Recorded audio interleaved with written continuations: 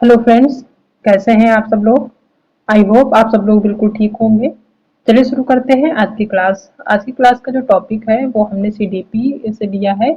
और ये जो क्लास है इसमें सीडीपी से संबंधित जितने भी इम्पोर्टेंट टॉपिक है उनको हमने डिस्कस किया है। तो ये क्लास अगर आप देखते हैं तो सीडीपी के जितने भी इम्पोर्टेंट क्वेश्चन है सारे आपके आज की क्लास में क्लियर हो जाएंगे। ठीक है, तो क्लास को बहुत ध्यान से देखिएगा क्योंकि जो है क्लास बहुत ही इंपॉर्टेंट होने वाली है, क्योंकि जो सीडीपी के जितने भी चैप्टर आपके इम्पोर्टेंट है, जिससे जिन चैप्टर से एग्जाम में क्वेश्चन बनते हैं या क्वेश्चन पूछे जाते हैं उन सारे चैप्टर्स को आज हम यहाँ पे कंप्लीट करने वाले हैं। ठीक है, तो जो सबसे पहला चैप्टर है वो है जो है आपका वृद्धि और विकास। जो वृद्धि और विकास से संबंधित जितने भी क्वेश्चन पूछे जाते हैं उन सबको डिस्कस करते हैं सबसे पहले। ठीक है, जो वृद्धि और विकास है बहुत ही इंपॉर्टेंट टॉपिक है और इस टॉपिक से 1 से 2 नंबर के क्वेश्चन हमेशा एग्जाम में पूछे जाते हैं।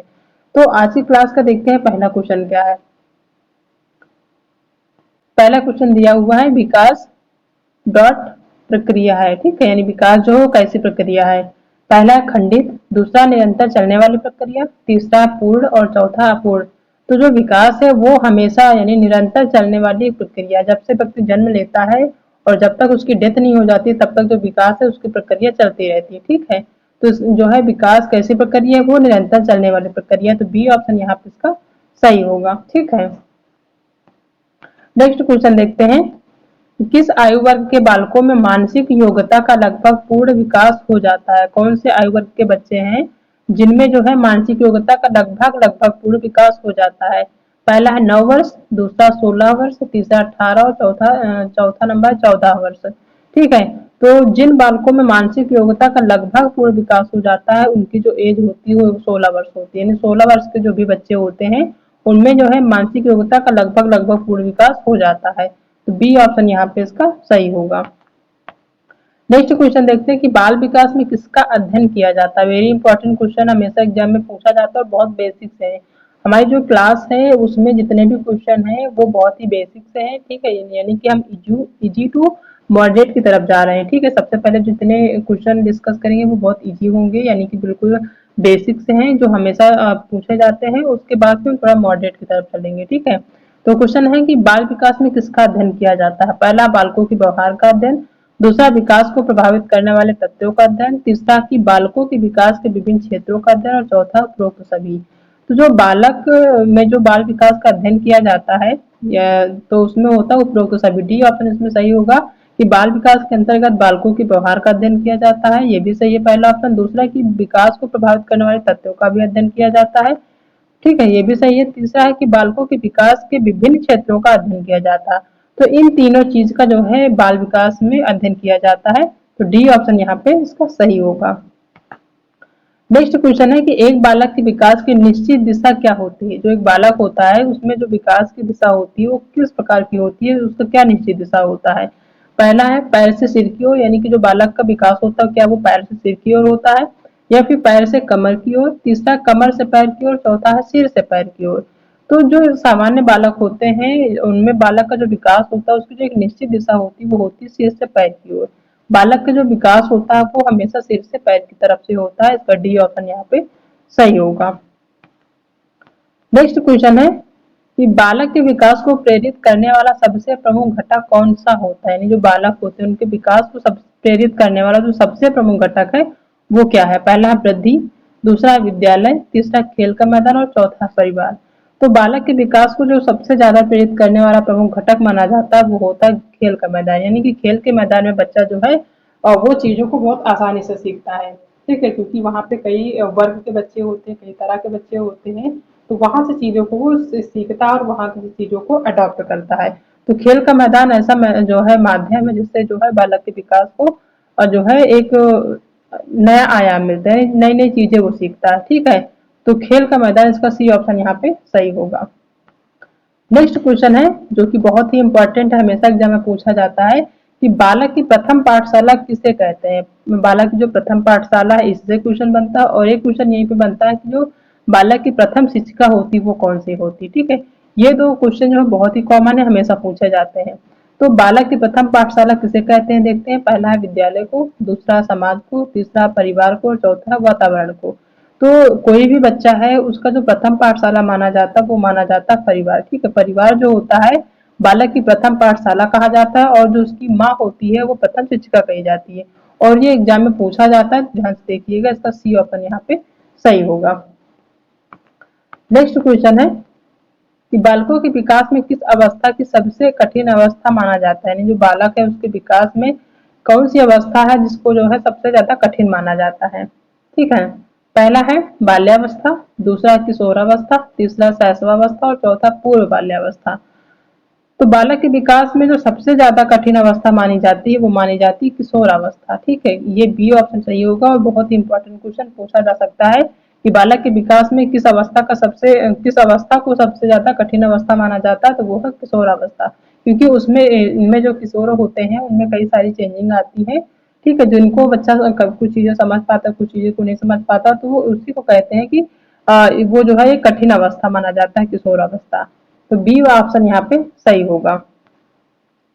नेक्स्ट क्वेश्चन है व्यक्ति के जीवन में बाल विकास का अध्ययन क्यों महत्वपूर्ण है। ठीक है, किसी भी व्यक्ति के जीवन में जो बाल विकास यानी जो सीडीपी का अध्ययन किया जाता है वो क्यों किया जाता है। पहला, बालकों के सर्वांगीण विकास के लिए, दूसरा अच्छे नागरिकों के निर्माण के लिए, यहाँ के होगा। ठीक है, और तीसरा है कि बालकों के पालन पोषण के लिए, और चौथा है बालक के व्यवहार के नियंत्रण के लिए। तो किसी भी व्यक्ति में जो बाल विकास का अध्ययन कराया जाता है, या फिर कोई भी बालक है या व्यक्ति है उसके जीवन में जो बाल विकास का अध्ययन कराया जाता है उसका एक महत्वपूर्ण यह होता है कि बालकों के सर्वांगीण विकास के लिए, कि व्यक्ति के जीवन में जो बाल विकास का अध्ययन महत्वपूर्ण है वो है बालकों के सर्वांगीण विकास के लिए। ठीक है, बाल विकास में जो बाल विकास से संबंधित चीजों को पढ़ने के बाद बालक में सर्वांगीण विकास में जो काफी ज्यादा हेल्प करती, काफी महत्वपूर्ण होती है। तो पहला ऑप्शन यहाँ पे इसका सही होगा। नेक्स्ट क्वेश्चन है कि एक बालक के कौन सी अवस्था में मानसिक विकास की प्रक्रिया में तीव्र और बहुपक्षीय परिवर्तन होते हैं। ठीक है, कौन सी अवस्था है जिसमें बालक में तीव्र और बहुपक्षीय परिवर्तन, बहुत सारे परिवर्तन होते हैं जो कि बहुत ही तीव्र तरीके से होते हैं। पहला किशोरावस्था, दूसरा बाल्यावस्था, तीसरा शैशवावस्था और चौथा पूर्व बाल्यावस्था। तो जिस अवस्था में बच्चे में बहुत सारे परिवर्तन देखने को मिलते हैं वो है किशोरावस्था। इसका पहला ऑप्शन यहाँ पे सही होगा। नेक्स्ट क्वेश्चन है कि निम्नलिखित में से कौन सा कथन सही है। पहला है विकास वृद्धि को प्रभावित करती है, दूसरा वृद्धि की कोई सीमा नहीं है, तीसरा वृद्धि विकास को प्रभावित करती है, और चौथा कि वृद्धि का संबंध केवल दृश्य अंगों से होता है। तो इसका जो सही कथन है वो है कि वृद्धि जो है विकास को प्रभावित करती है। तो इसका सी ऑप्शन यहाँ पे सही होगा। नेक्स्ट क्वेश्चन है कि संवेगात्मक विकास में तीव्र परिवर्तन बालक की किस अवस्था में होते हैं। जो संवेगात्मक विकास है उसमें जो तीव्र परिवर्तन होते हैं बालक की किस अवस्था में होते हैं, तो वो होते हैं किशोरावस्था में। उसमें जो है शारीरिक रूप से और जो संवेगात्मक रूप से जो है परिवर्तन बहुत सारे देखने को मिलते हैं, तो वो है किशोरावस्था। सी ऑप्शन यहाँ पे सही होगा। नेक्स्ट क्वेश्चन है कि बालक में कौन सी अवस्था के बाद उसके शरीर में हड्डियों की संख्या कम हो जाती है। ठीक है, क्योंकि जो है बच्चे जब जन्म होता है तो उसमें आपका जो हड्डियां होती हैं वो उनकी संख्या ज़्यादा होती है। ठीक है, जो 206 सामान्य रूप से मानी जाती है इनसे भी ज़्यादा जो है अस्थियों की संख्या होती हैं जो कि बाद में कम हो जाती हैं। तो कौन सी अवस्था में जाके कम होती हैं, तो वो है आपका किशोरावस्था। यानी किशोरावस्था में जाते जाते जो है शरीर की जो अस्थियां होती, जो हड्डियां होती हैं उनकी संख्या कम हो जाती है। तो बी ऑप्शन यहाँ पे सही होगा। नेक्स्ट क्वेश्चन है कि वृद्धि एवं विकास के सिद्धांत एवं उनके प्रतिपादकों में से कौन सा सुमेलित नहीं है, यानी निगेटिव बताना है, कौन सा सुमेलित नहीं है। पहला है संज्ञानात्मक विकास का सिद्धांत जो कि जीन पियाजे ने दिया है, बिल्कुल सही ऑप्शन है। दूसरा है कि मनोलैंगिक विकास का सिद्धांत बी एफ स्किनर जी नहीं, ये ऑप्शन आपका गलत होगा। ये बी एफ स्किनर ने नहीं दिया बल्कि किसने दिया है सिगमंड फ्रॉयड ने। ठीक है, इन्होंने दिया है। तो यही ऑप्शन आपका सही होगा क्योंकि ये निगेटिव है, यही ऑप्शन आपका सही होगा। तो बी ऑप्शन यहाँ पे आपका सही होगा। नैतिक विकास का सिद्धांत कोहलबर्ग ने दिया है। मनोसामाजिक विकास का सिद्धांत इरिक्सन ने दिया, सभी को पता है। ठीक है, तो बी ऑप्शन आपका गलत है और यही ऑप्शन आपका सही होगा। नेक्स्ट क्वेश्चन है कि बालक के विकास में डैश दोनों के योगदान का परिणाम है, यानी बालक के विकास में कई किन चीजों के योगदान का जो है परिणाम है बालक का विकास। ठीक है, पहला शिक्षक व शिक्षार्थी, दूसरा है सामाजिक व सांस्कृतिक, तीसरा है वंशानुक्रम व वातावरण, चौथा है उपरोक्त सभी। तो बालक के विकास में ये सभी चीजें जो है काफी योगदान उनका होता है बालक के विकास में। ठीक है, कोई किसी भी व्यक्ति का या किसी भी बच्चे का या किसी भी बालक का जो विकास होता है उसमें इन तीनों चीजों का महत्वपूर्ण योगदान होता है, तो उसका डी ऑप्शन यहाँ पे सही होगा। ठीक है, नेक्स्ट क्वेश्चन देखते हैं कि बालक का मानसिक स्वास्थ्य डैश पर निर्भर करता है, यानी जो बालक का मानसिक स्वास्थ्य है वो किस पर निर्भर करता है। पहला है विद्यालय पर, दूसरा है परिवार पर, तीसरा है समुदाय पर, चौथा उपरोक्त सभी। तो बालक का जो मानसिक स्वास्थ्य है वो विद्यालय पर भी निर्भर करता है कि एक अच्छा जो है विद्यालय उसको मिले। दूसरा है उसके परिवार पे कि उसका जो परिवार अगर अच्छा है तो उसका मानसिक स्वास्थ्य बहुत अच्छा रहेगा। तीसरा समुदाय, यानी वहाँ जहाँ पे रह रहा वहाँ का जो समाज है वो अच्छा हो। तो डी ऑप्शन यहाँ पे सही होगा, उपरोक्त सभी। अगर उसका विद्यालय अच्छा, परिवार अच्छा और समुदाय ये तीनों चीजें अच्छी है तो जो बालक का मानसिक स्वास्थ्य है वो जो है अच्छा रहेगा। ठीक है, तो बालक का जो मानसिक स्वास्थ्य है इन तीनों चीजों पे निर्भर करता है, तो डी ऑप्शन यहाँ पे सही होगा। नेक्स्ट क्वेश्चन है कि वृद्धि एवं विकास की प्रक्रिया प्रारंभ हो जाती है, यानी वृद्धि एवं जो बालक में वृद्धि और विकास की जो प्रक्रिया है वो कब से प्रारंभ होती है। पहला है शैशवावस्था से, दूसरा किशोरावस्था से, तीसरा गर्भाधान से और चौथा जन्म के बाद।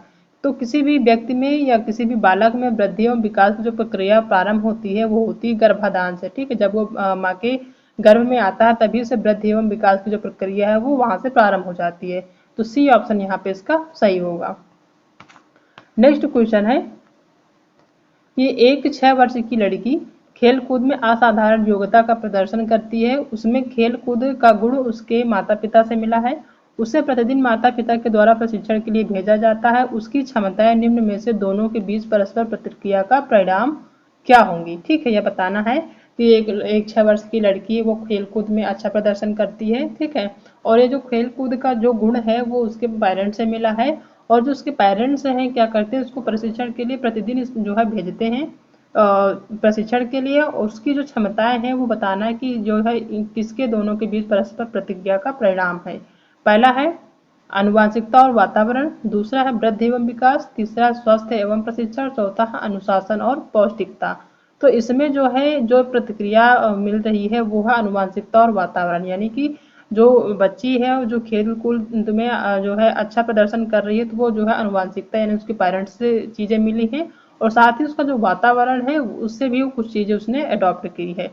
तो इसमें आनुवांशिकता और वातावरण का उसका अहम रोल है।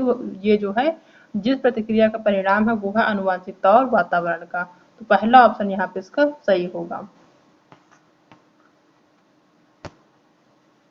नेक्स्ट क्वेश्चन है कि एक अध्यापक अपने शिक्षार्थियों को सामूहिक क्रियाओं में सम्मिलित करते हैं, अधिगम सुगम बनाने के अतिरिक्त यह किसका विकास करता है। ठीक है, ये जो क्वेश्चन दिया हुआ है कह रहा है कि एक अध्यापक अपने शिक्षार्थियों को सामूहिक क्रियाओं में सम्मिलित करते हैं, यानी एक साथ जो है क्रिया करते हैं सभी छात्रों को इकट्ठा करके। तो अधिगम सुगम बनाने के अतिरिक्त यह किसका और विकास करता है। पहला है समाजीकरण, दूसरा है कुंठा, तीसरा है संघर्ष और चौथा है तनाव।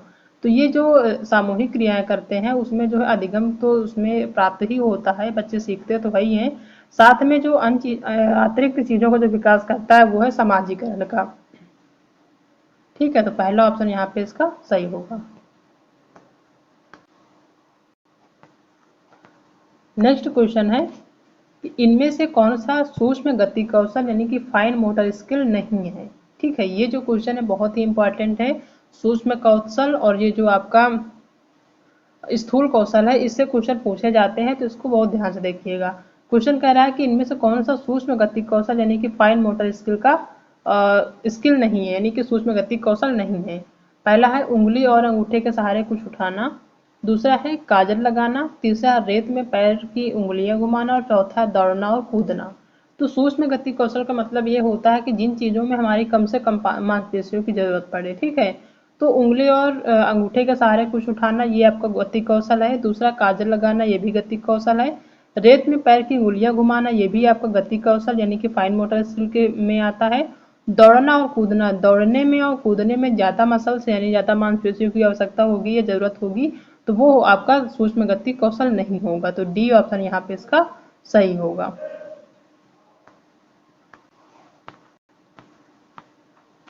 नेक्स्ट क्वेश्चन है कि एक बालक सामाजिक रूप से पूर्णतः विकसित तब माना जाता है जब वह, कोई एक बालक है वो सामाजिक रूप से तब माना जाएगा जब वो क्या होगा ये बताना है। पहला कि अपना अधिकतर समय विद्यालय में व्यतीत करता हो, यानी कि एक बालक सामाजिक रूप से तब पूर्णतः विकसित माना जाएगा तब कि जब वह अधिकतर समय विद्यालय में व्यतीत करता हो, या फिर अपने मित्रों के मध्य लोकप्रिय नहीं हो। तीसरा कि अपने मित्रों के साथ अच्छा संबंध नहीं रखता हो।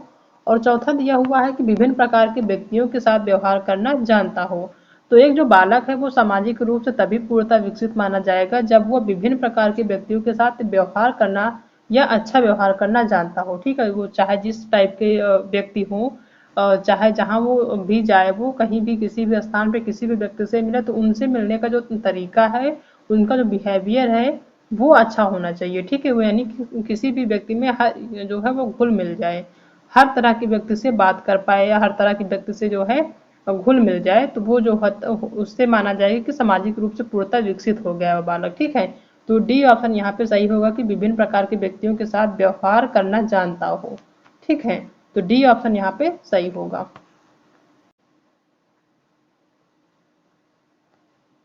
नेक्स्ट क्वेश्चन है कि इनमें से कौन सा स्थूल गति कौशल यानी कि ग्रॉस मोटर स्किल नहीं है, निगेटिव बताना। ठीक है, पहला है घुटनों के बल चलना, दूसरा है खड़े होकर चलना, और तीसरा है दौड़ना और कूदना, चौथा लिखना।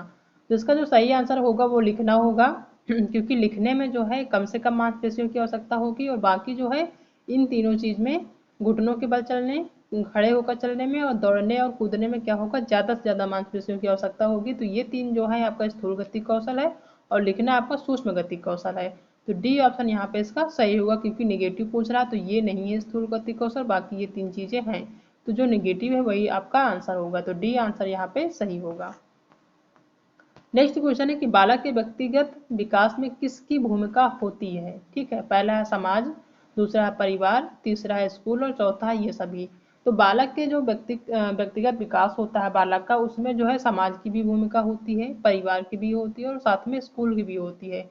तो इसका डी ऑप्शन सही होगा कि ये सभी, बालक के व्यक्तिगत विकास में समाज की भी भूमिका होती है, परिवार की भी होती है और साथ में स्कूल की भी होती है। तो डी ऑप्शन यहाँ पे इसका आपका सही होगा। ठीक है, नेक्स्ट क्वेश्चन है कि बालक के जीवन में उसके व्यक्तिगत को प्रभावित करने वाले, बालक के जीवन में उसके व्यक्तित्व को प्रभावित करने वाले कारक होते हैं। कौन कौन से कारक हैं जो बालक के व्यक्तित्व को प्रभावित करते हैं। पहला है अनुभव, दूसरा है वातावरण और तीसरा है वंशानुक्रम, और चौथा दो और तीन दोनों।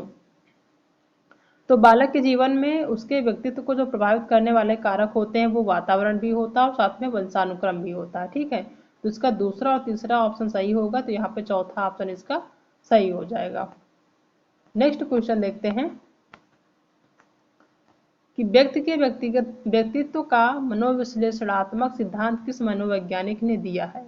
ठीक है, यानी जो व्यक्ति के व्यक्तित्व का मनोविश्लेषणात्मक सिद्धांत है या जो है किस मनोवैज्ञानिक ने दिया है ये बताना है आपको। ठीक है, पहला है टॉलमैन, दूसरा है फ्रॉयड, तीसरा है मैकडूगल और चौथा है यूंग। तो व्यक्ति के व्यक्तित्व का जो मनोविश्लेषणात्मक सिद्धांत है ये मनोवैज्ञानिक थे, वो थे फ्रॉयड। इसको जो है फ्रॉयड ने दिया है, तो बी ऑप्शन यानी दूसरा ऑप्शन यहाँ पे आपका सही होगा। नेक्स्ट क्वेश्चन है कि टीएटी यानी कि प्रासंगिक अंतर्बोध परीक्षण किस मनोवैज्ञानिक ने दिया है। पहला है आलपोर्ट, दूसरा है वुडवर्थ, तीसरा है मार्गन एवं मूरे और चौथा है सेल्डन। ठीक है, तो जो टीएटी यानी कि प्रासंगिक अंतर्बोध परीक्षण है, उसका ये जो परीक्षण है जिस मनोवैज्ञानिक ने दिया है वो है आपके मार्गन एवं मुरे। ये मनोवैज्ञानिक है जिन्होंने टैट यानी कि आपका प्रासंगिक अंतर्बोध परीक्षण दिया है, तो थर्ड ऑप्शन यहाँ पे आपका सही होगा। नेक्स्ट क्वेश्चन है कि सबसे पहले व्यक्तित्व का परीक्षण किस मनोवैज्ञानिक ने दिया था। जो व्यक्तित्व है उसका परीक्षण सबसे पहले किस मनोवैज्ञानिक ने दिया था। पहला है थार्नडाइक, दूसरा है सेल्डन, तीसरा हिप्पोक्रेटस और चौथा वुडवर्थ। तो जो सबसे पहले व्यक्तित्व का परीक्षण किए थे जिस मनोवैज्ञानिक ने, वो है हिप्पोक्रेटस। इसका थर्ड ऑप्शन यहाँ पे सही होगा। नेक्स्ट क्वेश्चन देखते हैं कि पढ़ते समय अध्यापक को किसका सर्वाधिक ध्यान रखना चाहिए, किस प्रकार के बच्चों को जो है सबसे ज्यादा ध्यान रखना चाहिए पढ़ते समय या पढ़ाते समय। पहला है विषय वस्तु, दूसरा है विद्यार्थियों की शिक्षा, तीसरा है व्यक्तिगत विभिन्नता और चौथा ऑप्शन दिया हुआ विद्यार्थियों की पारिवारिक स्थिति। तो विद्यार्थियों की पारिवारिक स्थिति को ध्यान नहीं देना है, इससे कोई मतलब नहीं है, बल्कि इसका थर्ड ऑप्शन सही होगा कि पढ़ाते समय अध्यापक को व्यक्तिगत विभिन्नता का जो है ध्यान रखना चाहिए। जो भी बच्चे अलग हैं, अलग अलग भिन्नता वाले व्यक्ति हैं, उनका ध्यान रखना चाहिए कि उनको चीज़ें समझ में आ रही हैं कि नहीं आ रही हैं, तो उनको ध्यान रखना चाहिए। तो उसका थर्ड ऑप्शन यहाँ पे सही होगा। नेक्स्ट क्वेश्चन है कि एक बच्ची किताब को पढ़ते समय बहुत जल्दी समझ लेती है, जबकि दूसरी बच्ची उसे सीखने में अधिक समय लेती है। यह विकास के किस सिद्धांत को दर्शाता है? ठीक है, पहला है अंतर संबंध, दूसरा है निरंतरता, तीसरा है व्यक्तिगत विभिन्नता और चौथा अनदेखा करना। तो जहाँ पे दो बच्चों में कंपेयर किया जाए कि एक बच्ची जो है किताब को बहुत जल्दी पढ़ लेती है और समझ जाती है, दूसरी यह है कि उसे सीखने में अधिक समय लेती है, तो ये जो विकास का सिद्धांत दर्शाता है वो है व्यक्तिगत विभिन्नता। इसमें व्यक्तिगत विभिन्नता है कि जो दो बच्चे हैं उनमें व्यक्तिगत विभिन्नताएं हैं, जिसकी वजह से एक बच्ची जो है बहुत जल्दी सीख लेती है और एक को सीखने में थोड़ा सा टाइम लगता है। तो हर बच्चा जो है यूनिक होता है, हर में थोड़ी बहुत तो जो विभिन्नताएं होती हैं। ठीक है, तो इस इनमें जो है व्यक्तिगत विभिन्नता है, जिसकी वजह से एक बच्चा जल्दी सीख लेता है, एक थोड़ा सा टाइम लगाता है। थर्ड ऑप्शन इसमें सही होगा। नेक्स्ट क्वेश्चन है कि सभी व्यक्ति बुद्धि, प्रेरणा, अभिरुचि आदि में भिन्न होते हैं, यह सिद्धांत किससे संबंधित है? ठीक है, जो व्यक्ति जो है बुद्धि, प्रेरणा, अभिरुचि इन सब चीजों में भिन्न होते हैं, यह जो सिद्धांत है वो किससे संबंधित है? पहला है बुद्धि के सिद्धांत से, दूसरा ऑप्शन दिया हुआ है वंशानुक्रम से, तीसरा है पर्यावरण से और चौथा व्यक्तिगत विभिन्नता से। तो सभी व्यक्ति की जो बुद्धि होती है, जो प्रेरणा होती है या अभिरुचि होती है, वो सबकी अपनी अलग अलग होती है। तो जो ये सिद्धांत है ये है व्यक्तिगत विभिन्नता से संबंधित। तो फोर्थ ऑप्शन यहाँ पे आपका सही होगा। नेक्स्ट क्वेश्चन है कि व्यक्ति के किस प्रेरणा को आंतरिक प्रेरणा कहते हैं? कौन सी ऐसी प्रेरणा है जिसको आंतरिक प्रेरणा कहा जाता है? पहला ऑप्शन है सकारात्मक प्रेरणा, दूसरा स्वाभाविक प्रेरणा, तीसरा अर्जित प्रेरणा और चौथा है ये सभी। तो जिस व्यक्ति में जो प्रेरणा होती है या फिर आंतरिक प्रेरणा कहेंगे वो होगा आपका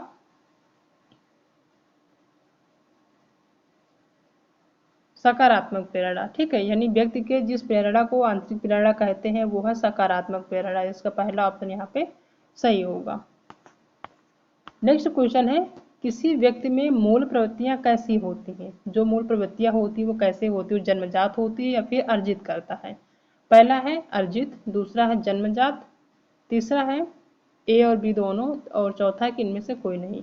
तो जो व्यक्ति में मूल प्रवृत्तियां होती हैं वो अर्जित नहीं करता, बल्कि क्या होती है कि उसमें जन्मजात होती हैं। ठीक है, जब व्यक्ति जन्म लेता है तभी उनमें मूल प्रवृत्तियां डेवलप हो जाती हैं। तो इसका बी ऑप्शन यहाँ पे सही होगा। नेक्स्ट क्वेश्चन है कि अभिप्रेरणा के मूल प्रवृत्तियों का सिद्धांत किस मनोवैज्ञानिक ने प्रतिपादित किया था? जो अभिप्रेरणा है उसकी जो मूल प्रवृत्तियों का सिद्धांत है उसको किस मनोवैज्ञानिक ने प्रतिपादित किया था? पहला ऑप्शन है विलियम मैकडूगल, दूसरा है थार्नेडाइक, तीसरा है विलियम जेम्स और चौथा है विलियम वुंट। तो इसका जो सही आंसर है वो है विलियम मैकडूगल। विलियम मैकडूगल ने जो है मूल प्रवृत्तियों को सिद्धांत को प्रतिपादित किया है। उन्होंने बताया कि जो मूल प्रवृत्तियां होती हैं वो कैसी होती हैं, कितनी मूल प्रवृत्तियां होती हैं, ये सारी चीजें मैकडूगल ने बताया। ठीक है, तो पहला ऑप्शन यहाँ पे आपका सही होगा। नेक्स्ट क्वेश्चन है कि एक विद्यार्थी स्कूल में प्रवेश लेने के लिए कठिन परिश्रम करता है जिससे वह प्रवेश परीक्षा में उत्तीर्ण हो सके। यह विद्यार्थी डैश रूप से अभिप्रेरित है। यह किस रूप में अभिप्रेरित है? कि वह जो है खुद से ही कठिन परिश्रम करता है। वो जो है अगर जानता है कि जब तक वो कठिन परिश्रम नहीं करेगा, पढ़ाई नहीं करेगा, वो जो है किसी भी प्रवेश परीक्षा में उत्तीर्ण नहीं हो पाएगा। तो वो किस रूप में अभिप्रेरित है? ठीक है, यह मोटिवेट है। पहला है वैयक्तिक, दूसरा है अनुभाविक, तीसरा है आंतरिक और चौथा बाह्य।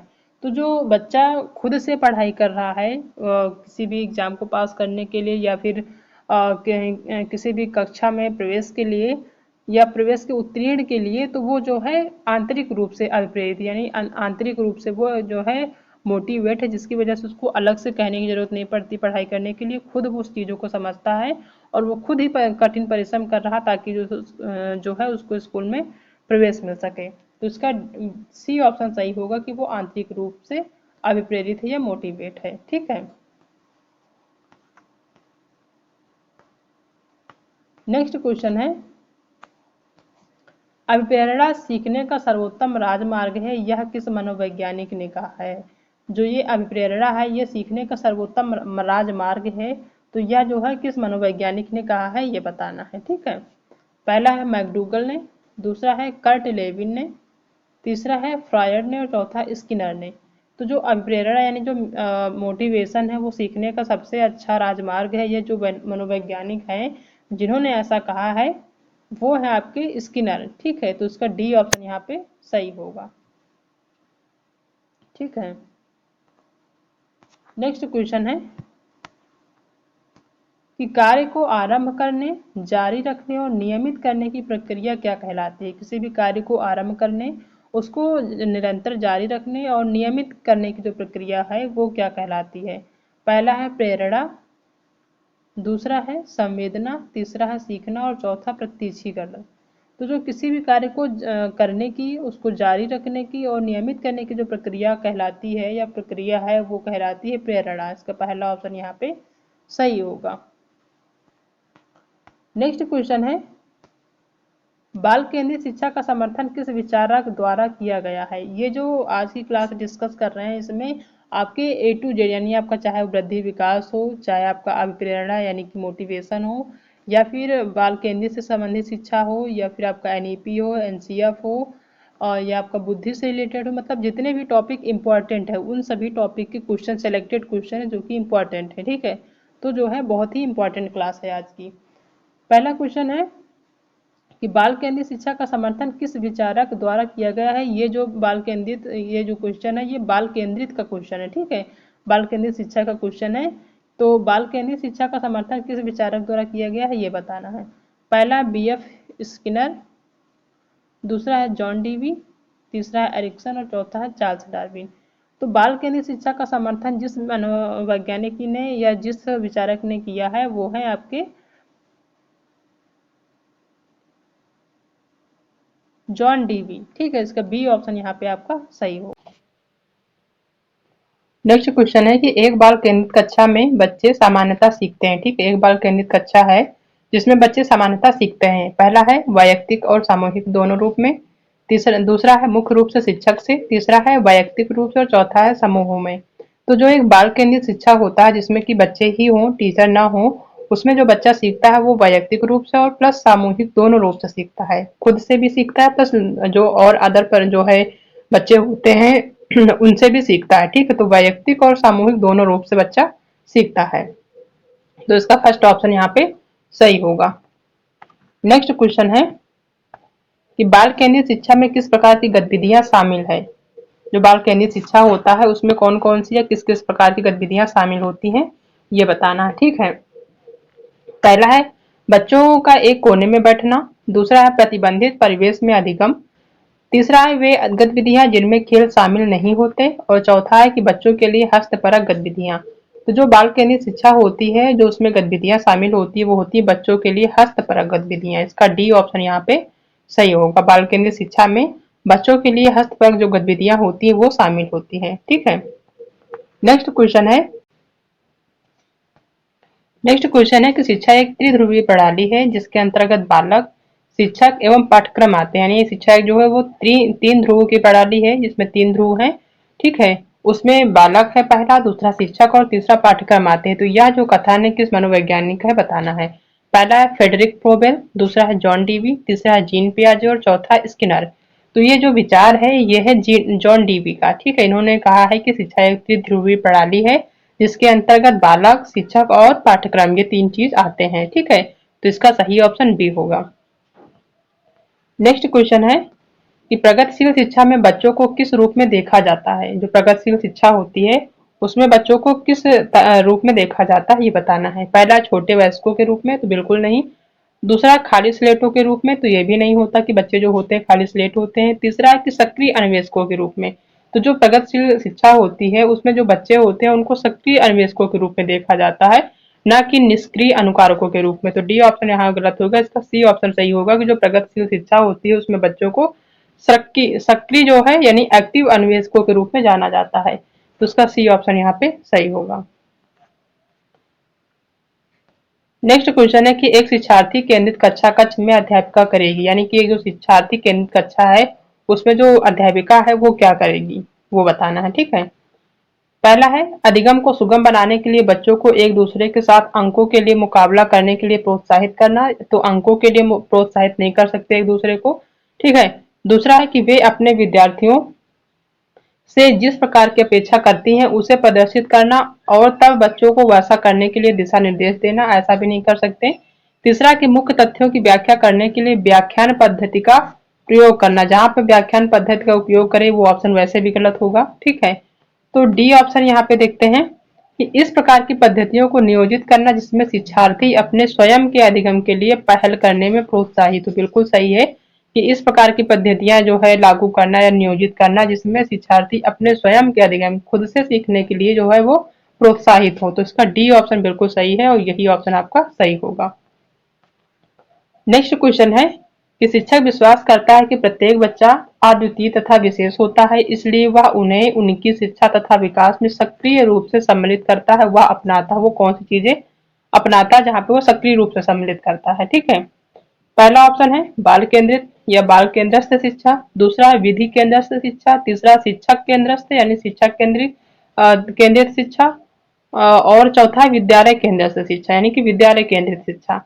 तो जहाँ पे शिक्षक विश्वास करता है कि बच्चा जो है प्रत्येक बच्चा अद्वितीय तथा विशेष होता है, यानी वो बच्चे को ज्यादा विशेष मानता है।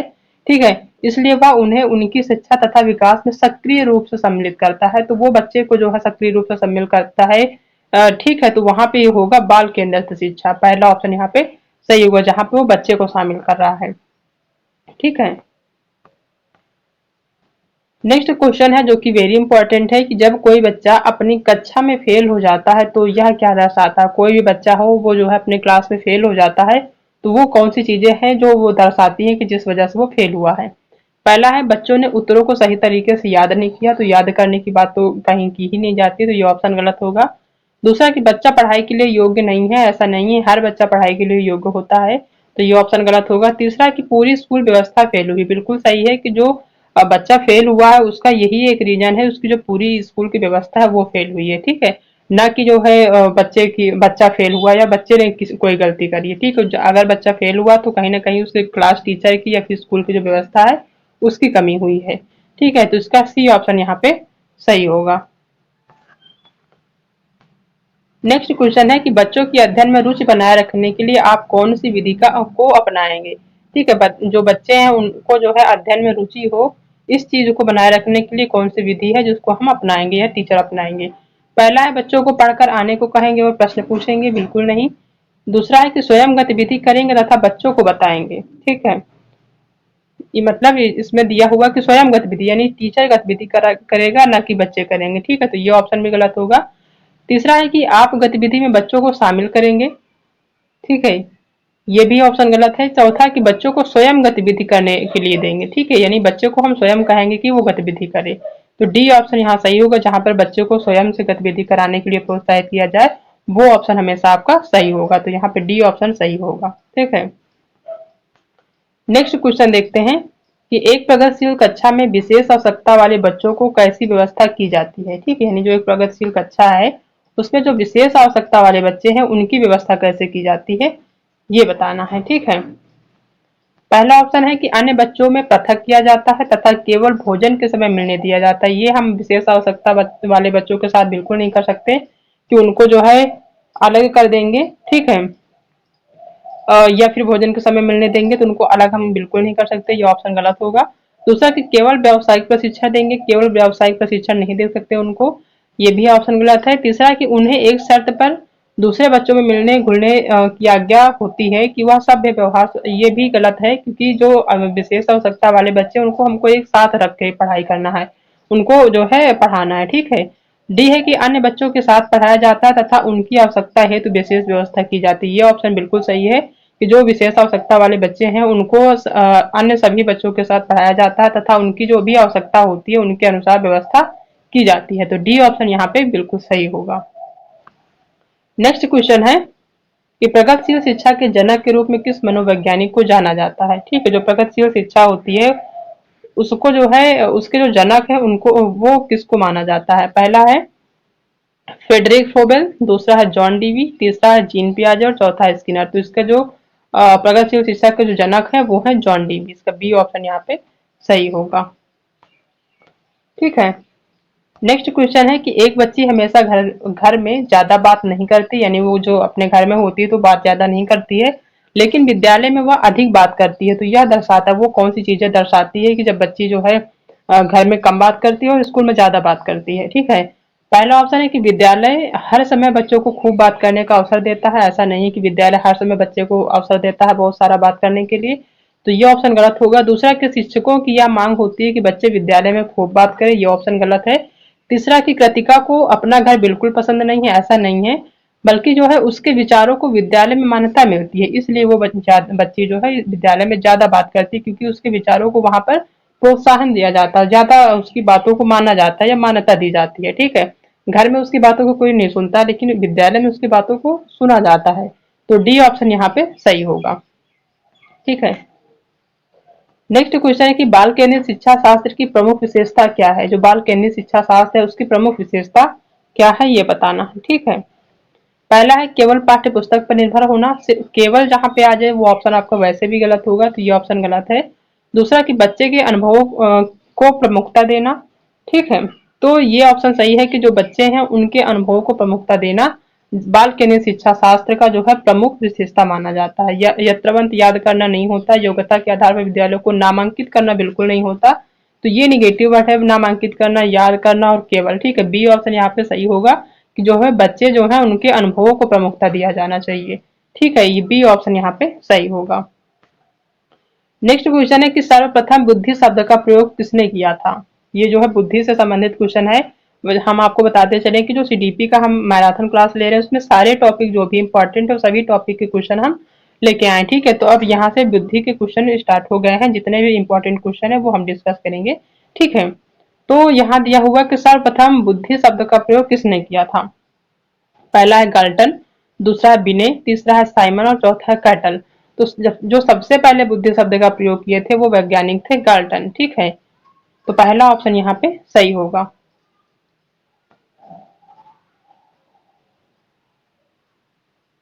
नेक्स्ट क्वेश्चन देखते हैं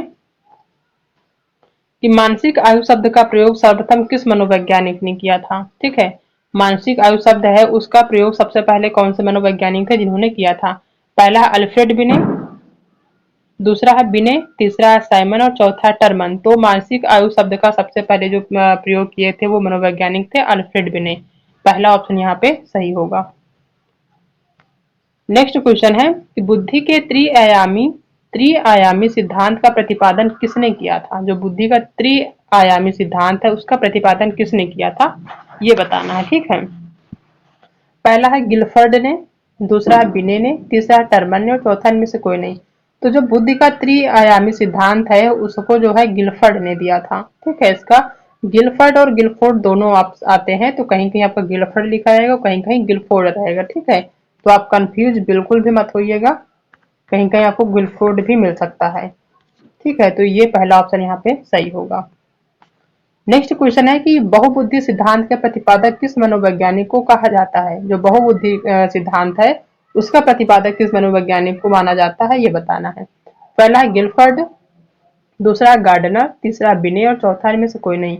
तो बहुबुद्धि सिद्धांत के जो प्रतिपादक माने जाते हैं वो माने जाते हैं गार्डनर साहब। ठीक है, तो इसका बी ऑप्शन यहाँ पे सही होगा। नेक्स्ट क्वेश्चन है कि इनमें से कौन सी बुद्धि का सिद्धांत नहीं है। निगेटिव पूछ रहा है कि इनमें से जो ये सिद्धांत दिए हुए हैं इसमें से बताना है कि कौन सा जो है सिद्धांत बुद्धि का सिद्धांत नहीं है। पहला है एक तत्व सिद्धांत, तो ये बुद्धि का सिद्धांत है। दूसरा है द्वितत्व सिद्धांत, यह भी माना जाता है। तीसरा है प्रत्यागमन सिद्धांत, ये जो प्रत्यागमन सिद्धांत है ये बुद्धि का सिद्धांत नहीं माना जाता, ये निगेटिव है आपका, यही आपका सही होगा। ठीक है, नेक्स्ट क्वेश्चन है कि सामान्य तथा विशिष्ट कारक सिद्धांत का प्रतिपादन किसने किया था। जो सामान्य तथा विशिष्ट कारक सिद्धांत है इसका जो प्रतिपादक है वो किसने किया था। पहला है गिलफर्ड ने, दूसरा है बिने ने, तीसरा है टर्मन ने, चौथा इनमें से कोई नहीं। तो जो सामान्य तथा विशिष्ट कारक सिद्धांत का जो है प्रतिपादन किया था वो किए थे स्पीयरमैन। ठीक है, तो डी ऑप्शन यहाँ पे सही होगा। डी ऑप्शन इनमें से कोई नहीं, इसका जो प्रतिपादन किए थे वो किए थे स्पीयरमैन। ठीक है, नेक्स्ट क्वेश्चन है कि थार्नडाइक ने बुद्धि का कौन सा सिद्धांत प्रतिपादित किया। जो थार्नडाइक है उन्होंने बुद्धि का कौन सा सिद्धांत प्रतिपादित किया था, ये बताना है। पहला है एक कारक सिद्धांत, दूसरा है द्विकारक सिद्धांत, तीसरा है बहुकारक सिद्धांत और चौथा है इनमें से कोई नहीं। तो थार्नडाइक ने बुद्धि का जो सिद्धांत प्रतिपादित किया था वो था बहुकारक सिद्धांत। इसका सी ऑप्शन यहाँ पे सही होगा। नेक्स्ट क्वेश्चन है कि सबसे पहले बुद्धि परीक्षण किस मनोवैज्ञानिक ने किया था। थार्नडाइक ने, अल्फ्रेड बिने ने, टर्मन ने या फिर स्पीयरमैन ने। ठीक है, तो जो सबसे पहले बुद्धि परीक्षण का प्रयोग किए थे या फिर बुद्धि परीक्षण का जो है जिनको माना जाता है बुद्धि परीक्षण के लिए वो है अल्फ्रेड बिने। इसका सेकंड ऑप्शन यहाँ पे सही होगा। नेक्स्ट क्वेश्चन है कि टर्मन के अनुसार 90 से 100 बुद्धि लब्धि के बालक की बुद्धि कैसी होती है। ठीक है, टर्मन जो है एक मनोवैज्ञानिक है, उनके अनुसार जिनकी बुद्धि लब्धि 90 से 100 होती है उस बालक को कैसी बुद्धि के श्रेणी में रखेंगे। पहला है मंद बुद्धि, दूसरा है सामान्य बुद्धि, तीसरा है श्रेष्ठ बुद्धि और चौथा है क्षीण बुद्धि। ठीक है, तो टर्मन के अनुसार जिनकी बुद्धि 90 से 100 के बीच में होती है उनको सामान्य बुद्धि की श्रेणी में रखा जाता है। ठीक है, तो बी ऑप्शन यहाँ पे सही होगा। नेक्स्ट क्वेश्चन है कि बिने साइमन परीक्षण द्वारा मापन किया जाता है, यानी किसका मापन किया जाता है बिने साइमन परीक्षण के द्वारा। ठीक है, पहला है सामान्य बुद्धि का, दूसरा है विशिष्ट बुद्धि का, तीसरा अभिक्षमता का और चौथा में से कोई नहीं। तो जो बिने हैं उनके द्वारा जो साइमन परीक्षण का मापन किया जाता है वो है सामान्य बुद्धि का। ठीक है, सामान्य बुद्धि का परीक्षण बिने साइमन परीक्षण द्वारा किया जाता है, तो पहला ऑप्शन यहाँ पे सही होगा। नेक्स्ट क्वेश्चन है कि वे लोग जिनका आईक्यू लेवल 90 से 109 रेंज के मध्य होता है उनकी बुद्धि लब्धि होती है। ठीक है, यानी कि ऐसे लोग जिनका आईक्यू 90 से 109 के मध्य होता है तो उनकी बुद्धि किस प्रकार की होती है, कैसी होती है। पहला श्रेष्ठ बुद्धि, दूसरा सामान्य से उच्च बुद्धि होती है, तीसरा औसत बुद्धि और चौथा अल्प बुद्धि होती है। तो जिनका आईक्यू लेवल 90 से 109 के बीच होता है, ठीक है, उनकी जो बुद्धि होती है वो औसत बुद्धि कही जाती है। ठीक है, तो सी ऑप्शन यहाँ पे इसका सही होगा। नेक्स्ट क्वेश्चन है कि भाटिया बैटरी का प्रयोग निम्न में से किसके मापन में किया जाता है। ये जो क्वेश्चन है भाटिया बैटरी से रिलेटेड क्वेश्चन पूछा जाता है एग्जाम में, तो इसको ध्यान से देखिएगा कि जो भाटिया बैटरी है परीक्षण है उसका मापन किसके द्वारा या किसका किया जाता है उसके मापन में। पहला है व्यक्तित्व, दूसरा बुद्धि, तीसरा है रुचि और चौथा में से कोई नहीं। तो भाटिया बैटरी का जो प्रयोग किया जाता है वो किया जाता है बुद्धि के मापने के लिए। ठीक है, तो बी ऑप्शन यहाँ पे सही होगा। नेक्स्ट क्वेश्चन है कि इनमें से कौन सा स्टर्नबर्ग के बुद्धि का त्रिस्तरीय सिद्धांत का एक रूप है। ठीक है, बताना है कि इनमें से जो नीचे दिया हुआ है उसमें कौन सा स्टर्नबर्ग के बुद्धि का त्रिस्तरीय सिद्धांत है। पहला है व्यावहारिक बुद्धि, दूसरा है प्रायोगिक बुद्धि, तीसरा है गणितीय बुद्धि और चौथा इनमें से कोई नहीं। तो इसका जो सही आंसर है वो होगा प्रायोगिक बुद्धि। ठीक है, जो त्रिस्तरीय सिद्धांत का एक रूप माना जाता है स्टर्नबर्ग के बुद्धि का वो है प्रायोगिक बुद्धि। इसका बी ऑप्शन यहाँ पे सही होगा। नेक्स्ट क्वेश्चन है कि इनमें से कौन सा सक्रिय एजेंसी नहीं है, निगेटिव बताना है। ठीक है, कि कौन सी जो है एजेंसी जो सक्रिय नहीं है। पहला है परिवार, दूसरा है दोस्त, तीसरा है पड़ोसी और चौथा रेलवे स्टेशन। तो इसमें निगेटिव बताना है, तो इसमें जो पॉजिटिव है यानी कि जो सक्रिय एजेंसी है वो परिवार है, दोस्त है, पड़ोसी, ये तीन जो है ये सक्रिय एजेंसी माने जाते हैं।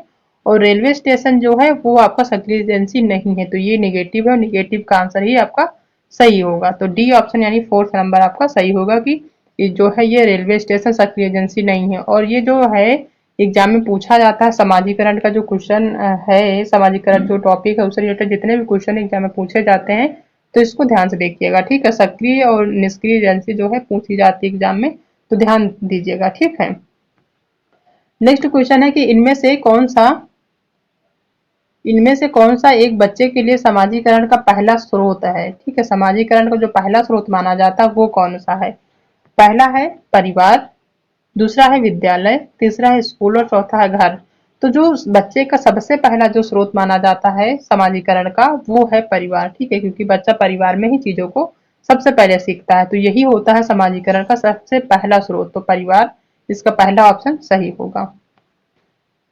नेक्स्ट क्वेश्चन है कि शिक्षा के संदर्भ में समाजीकरण का क्या अर्थ है। ठीक है, जो समाजीकरण शब्द यूज होता है या हम यूज करते हैं, या आपका टॉपिक ही समाजीकरण पे है, तो उसका अर्थ ही क्या होता है। अगर आप इसका अर्थ समझ लेते हैं तो आपके इससे रिलेटेड जितने भी क्वेश्चन पूछे जाएंगे आप आसानी से सॉल्व कर लेंगे। ठीक है, पहला है कि हमेशा सामाजिक मर्यादाओं का पालन करते हैं, तो सामाजिकरण का मतलब ये नहीं है कि हमेशा सामाजिक मर्यादाओं का पालन करें, पहला ऑप्शन गलत होगा। दूसरा कि अपने स्वयं के सामाजिक मानदंड बनाना, ऐसा भी नहीं है कि अपने खुद के कोई सामाजिक मानदंड बनाए, उसका अर्थ होता है समाजीकरण, ये ऑप्शन गलत है। तीसरा कि समाज में बड़ों का सम्मान, समाज में बड़ों का सम्मान तो करना चाहिए लेकिन इसका मतलब समाजीकरण नहीं होता है। ठीक है, फोर्थ नंबर है कि सामाजिक वातावरण के अनुकूल होना और समायोजन करना, ये बिल्कुल सही आंसर है। समाजीकरण का अर्थ ही यही होता है कि जो समाज के जो वातावरण है उसके अनुकूल अपने आप को ढाल लेना और उसमें समायोजन करना। ठीक है, तो फोर्थ ऑप्शन इसका सही होगा। नेक्स्ट क्वेश्चन है कि इनमें से कौन सा समाजीकरण की एक निष्क्रिय एजेंसी है। ठीक है, वहां पे आपका सक्रिय एजेंसी पूछ रहा था और यहाँ पे निष्क्रिय एजेंसी, और इनसे क्वेश्चन बनते हैं एग्जाम में, तो ध्यान दीजिएगा। ठीक है, पहला है स्वास्थ्य क्लब, दूसरा है परिवार, तीसरा है स्कूल और चौथा है सार्वजनिक पुस्तकालय। तो इसमें जो समाजीकरण की निष्क्रिय एजेंसी है वो है आपका सार्वजनिक पुस्तकालय, डी ऑप्शन यहाँ पे सही होगा। ये आपका निष्क्रिय एजेंसी, बाकी ये सब आपके सक्रिय एजेंसी है। ठीक है, तो डी ऑप्शन यहाँ पे सही होगा। नेक्स्ट क्वेश्चन कि कौन सा समाजीकरण का द्वितीयक एजेंट है। जो वहां पे प्राथमिक पूछ रहा था तो प्राथमिक आपका परिवार माना जाता है, तो द्वितीय कौन सा है ये बताना है। ठीक है, पहला है स्कूल और पड़ोस, दूसरा है स्कूल और तत्काल परिवार के सदस्य, तीसरा है परिवार और रिश्तेदार और चौथा है परिवार और पड़ोस। तो जो समाजीकरण का द्वितीय एजेंट माना जाता है वो है परिवार, साथ में आपका पड़ोस, तो डी ऑप्शन यानी फोर्थ ऑप्शन यहाँ पे सही होगा। नेक्स्ट क्वेश्चन है कि समाजीकरण का प्रथम युग किसे माना जाता है। जो प्रथम युग है वो किसे माना जाता है। पहला है बचपन, दूसरा है, अच्छा यहाँ पे बचपन दिया हुआ है, दो ऑप्शन गलत है, तीसरा है वयस्कता और चौथा है किशोरावस्था। तो जो समाजीकरण का प्रथम जो युग माना जाता है वो होता है बचपन, बचपन जो होता है बच्चे का वो समाजीकरण का पहला युग माना जाता है, तो पहला ऑप्शन यहाँ पे सही होगा। नेक्स्ट क्वेश्चन है कि समावेशन का अर्थ क्या होता है। जो समावेशन यूज हम करते हैं उसका क्या अर्थ होता है। पहला कि जरूरतमंद बच्चों की शिक्षा का प्रबंध सामान्य बच्चों के साथ करना, तो ये ऑप्शन बिल्कुल सही है। समावेशन का मतलब यही होता है कि जो बच्चे जरूरतमंद हैं, ठीक है, उनके शिक्षा का प्रबंध सामान्य बच्चों के साथ करना। ठीक है, जो विशेष आवश्यकता वाले बच्चे हैं उनके शिक्षा का प्रबंध जो सामान्य बच्चे हैं उनके साथ करना, ना कि उनसे अलग करना। ठीक है, तो समावेशन का मतलब ही यही होता है कि जो बच्चे विशेष आवश्यकता वाले हैं या फिर जो जिनको विशेष आवश्यकता की जरूरत है, जो है विशेष व्यवस्था की, उनके शिक्षा का प्रबंध सामान्य बच्चों के साथ, जो सामान्य बच्चे हैं उनको जो है विशेष आवश्यकता वाले नहीं हैं उनके साथ जो है उनके शिक्षा का प्रबंध करना, तो पहला ऑप्शन ही यहाँ पे सही होगा। इनकी शिक्षा का व्यवस्था अलग करना नहीं होगा, सामान्य बच्चों के साथ नहीं मिलाना नहीं होगा, तो डी ऑप्शन तो वैसे भी गलत है, तो पहला ऑप्शन ही यहाँ पे सही होगा कि समावेशन का अर्थ यही होता है कि जरूरतमंद बच्चों की शिक्षा का प्रबंध सामान्य बच्चों के साथ करना, पहला ऑप्शन यहाँ पे सही होगा। नेक्स्ट क्वेश्चन है कि इनमें से समावेशन शिक्षा का उद्देश्य क्या है। जो समावेशन शिक्षा है यानी सबके साथ शिक्षा देने का जो उद्देश्य है वो क्या है। पहला है असमर्थ बालकों को सामाजिक व सांस्कृतिक रूप से जोड़कर विकास की मुख्य धारा में लाना, दूसरा है बालकों में जागरूकता एवं उत्सुकता का विकास करना, तीसरा है बालकों को आत्मनिर्भर बनाना और चौथा उपरोक्त सभी। तो समावेशन शिक्षा का जो उद्देश्य है वो ये सभी उद्देश्य है कि असमर्थ जो बालक है उनको सामाजिक और सांस्कृतिक रूप से जोड़कर विकास की जो मुख्य धारा है उसमें लाना, ये बिल्कुल सही उद्देश्य है। दूसरा है कि बालकों में जागरूकता एवं उत्सुकता का विकास करना, ये भी सही उद्देश्य है समावेशन का। तीसरा कि बालकों को आत्मनिर्भर बनाना, ये भी एक समावेशन का शिक्षा का जो है मुख्य उद्देश्य माना जाता है, तो डी ऑप्शन इसमें सही होगा कि ये सभी उद्देश्य जो है समावेशन शिक्षा के उद्देश्य हैं। ठीक है, नेक्स्ट क्वेश्चन है कि बच्चों के लिए निःशुल्क एवं अनिवार्य शिक्षा का अधिकार अधिनियम 2009 किस आयु के बच्चों के लिए लागू किया गया है। ठीक है, ये जो है निःशुल्क यानी अनिवार्य शिक्षा का अधिकार जो अधिनियम है 2009 में जो पारित हुआ है, वो किस आयु के बच्चों के लिए लागू किया गया है? पहला 6 से 14 वर्ष के बच्चों के लिए, दूसरा है 7 से 13 वर्ष, चौथा है तीसरा है कि 5 से 11 वर्ष, और चौथा है कि 6 से 12 वर्ष। तो ये जो निःशुल्क एवं अनिवार्य शिक्षा का अधिकार अधिनियम लागू किया गया है, वो किया गया 6 से 14 वर्ष के बच्चों के लिए। तो पहला ऑप्शन यहाँ पे सही होगा। नेक्स्ट क्वेश्चन है कि सभी के लिए विद्यालय में सभी की शिक्षा, सभी के लिए विद्यालयों में सभी की शिक्षा, इनमें से किसके लिए प्रचार वाक्य हो सकता है? ठीक है, कौन से बच्चों के लिए प्रचार वाक्य हो सकता है कि सभी के लिए विद्यालयों में सभी की शिक्षा, जो विद्यालय है उसमें सभी के लिए, जो भी वर्ग के बच्चे हैं, चाहे वो सामान्य हो चाहे विशिष्ट हो, और वो जैसे भी बच्चे हों, उन सभी के लिए विद्यालय में सभी के लिए शिक्षा जो है, एक ही प्रचार वाक्य है। तो ये किनके लिए हो सकता है, ये बताना है। पहला है सहयोगात्मक शिक्षा, दूसरा समावेशी शिक्षा, तीसरा पृथक शिक्षा, और चौथा इनमें से कोई नहीं।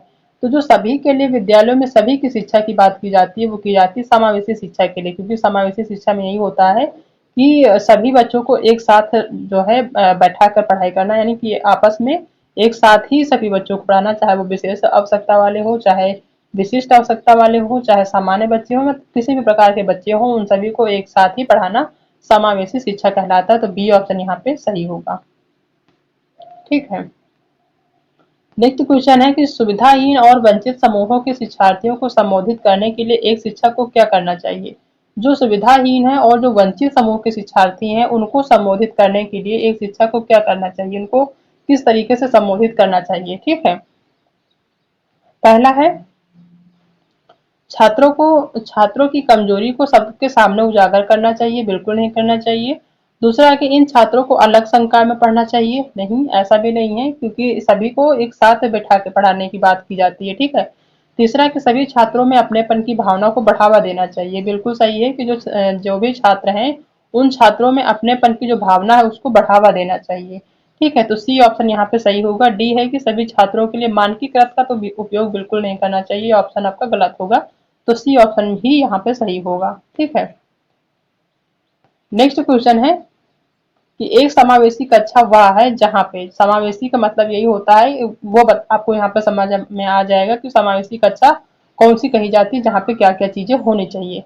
पहला है तब तक आकलन की पुनरावृत्ति होती रहती है जब तक प्रत्येक अधिगमकर्ता निरंतर श्रेणी प्राप्त न कर ले। ठीक है,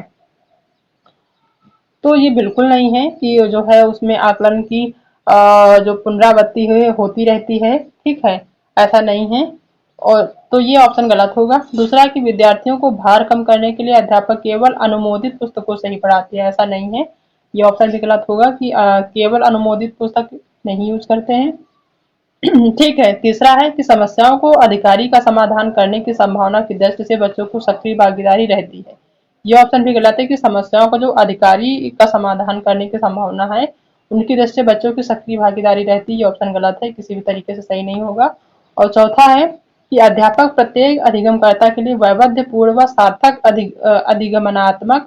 अधिगमात्मक अनुभव हेतु परिवेश का निर्माण करते हैं, ये ऑप्शन बिल्कुल सही है कि जो अध्यापक है वो प्रत्येक अधिगमकर्ता जो भी सीखने वाले बच्चे हैं उनके लिए वैविध्यपूर्ण रूप से सार्थक अधिगमात्मक अनुभव हेतु परिवेश का निर्माण करते हैं, सही परिवेश का यानी सही वातावरण का वहां पे जो है निर्माण करते हैं। ठीक है, तो डी ऑप्शन यहाँ पे सही होगा।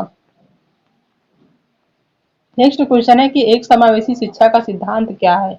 जो समावेशी शिक्षा दी जाती है बच्चों को, उसका सिद्धांत क्या है? ठीक है, पहला है भेदभाव रहित शिक्षा, तो बिल्कुल सही है कि समावेशी शिक्षा का मतलब यही होता है, उसका सिद्धांत ही यही होता है कि बच्चों में जो भेदभाव है वो बिल्कुल ना हो, उसमें जो शिक्षा दी जाए वो भेदभाव रहित शिक्षा होनी चाहिए। तो पहला ऑप्शन ही यहाँ पे सही होगा। समान शिक्षा का तो अधिकार है ही है, ठीक है, ये दोनों, लेकिन सबसे ज्यादा ये है कि भेदभाव रहित शिक्षा होनी चाहिए, जो समावेशी शिक्षा का सिद्धांत माना जाता है। ठीक है,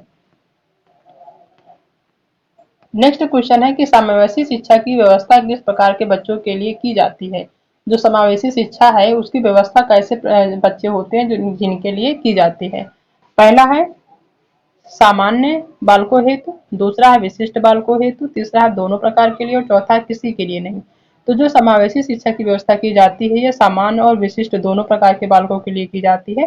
तो यहाँ पे सी ऑप्शन सही होगा कि जो है समावेशी शिक्षा दोनों प्रकार के बच्चों के लिए की जाती है। ठीक है। नेक्स्ट क्वेश्चन है कि विशिष्ट शिक्षा की व्यवस्था की जाती है, यानी किस प्रकार के बच्चों के लिए विशिष्ट शिक्षा की व्यवस्था की जाती है। पहला है प्रतिभाशाली बालकों हेतु, दूसरा है बाधितों के लिए यानी कि जो श्रवण बाधित हैं या मूक बधिर हैं उनके लिए, या फिर असमर्थी बालकों हेतु, या चौथा इन सभी के लिए।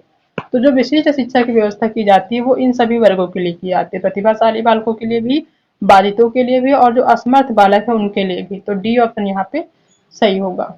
ठीक है। नेक्स्ट क्वेश्चन है कि एक समावेशी शिक्षा में सूचना को किस तरह से प्रस्तुत करना चाहिए। जो एक समावेशी कक्षा है उसमें किसी भी प्रकार की अगर सूचना देनी है तो एक टीचर को किस प्रकार से सूचना देनी चाहिए। केवल मौखिक रूप से बिल्कुल नहीं, क्योंकि वहाँ पे कई सारे बच्चे हैं जो कि सुन नहीं पाते हैं, तो मौखिक रूप से नहीं दे सकते हैं। दूसरा, केवल दृश्य रूप में सिर्फ दिखाकर बच्चों को, यानी कि ब्लैक बोर्ड में लिख दें आप सिर्फ वो देख लें, तो ऐसा भी नहीं पॉसिबल है। बहुल रूप से यानी कि कई रूपों में। ठीक है, तो इसका सी ऑप्शन ही यहाँ पे सही होगा कि जो समावेशी शिक्षा है उसमें, क्योंकि समावेशी शिक्षा का मतलब होता है कि सभी बच्चों को एक साथ पढ़ाना, चाहे वो विशेष आवश्यकता वाले हों या फिर जो है सामान्य बच्चे हों। ठीक है, उन सभी को एक साथ हम शिक्षा दे रहे हैं, तो जो सूचना देने का जो है तरीका होना चाहिए वो बहुल रूप से होना चाहिए, यानी कि उनको मौखिक रूप से भी बताएं, दृश्य रूप से भी बताएं। ठीक है, तो उनको कई कई तरीकों से बताएं ताकि जो मूक बधिर है वो भी समझ पाए, जो सुन नहीं पाते वो भी समझ पाए, और जो जो देख नहीं पाते वो भी समझ पाए। ठीक है, तो सभी चीजें हैं यानी बहुल रूप से देना चाहिए। ठीक है, विविध प्रकार से सभी जो तरीके होते हैं उन सभी तरीकों का यूज करना चाहिए किसी भी सूचना को देने के लिए, ताकि सबको प्राप्त हो सके वो सूचना। ठीक है, तो बी सी ऑप्शन यहाँ पे सही होगा। नेक्स्ट क्वेश्चन है कि राष्ट्रीय शिक्षा नीति 2020 सिफारिश करती है, किस चीज की सिफारिश करती है राष्ट्रीय शिक्षा नीति 2020। ठीक है, राष्ट्रीय शिक्षा नीति 2020 से जो क्वेश्चन है वो एग्जाम में पूछे जाते हैं, तो उनको भी हमने यहाँ पे इंक्लूड किया, बहुत ध्यान से देखिएगा। ठीक है, पहला है पाठ्यक्रम का मानकीकरण, मानकीकरण का को सिफारिश बिल्कुल नहीं करती। एक भाषावाद को भी जो है सिफारिश नहीं करती, बल्कि क्या करती है, बहुभाषावाद को प्रोत्साहित करती है। जो राष्ट्रीय शिक्षा नीति वो कहती है कि बच्चे को एक से अधिक भाषा जो है बतानी चाहिए, या उसको जो है प्रशिक्षित करनी चाहिए, यानी उसको आनी चाहिए। एक भी बच्चा ऐसा नहीं कि कोई भी बच्चा एक से अधिक अगर भाषा सीखना चाहता है तो हम उसको नकार सकते हैं कि नहीं आपको सिर्फ एक ही भाषा सीखनी है। तो यहाँ पे बहुभाषावाद को की जो है सिफारिश करती है, तो सी ऑप्शन यहाँ पे आपका सही होगा। ठीक है।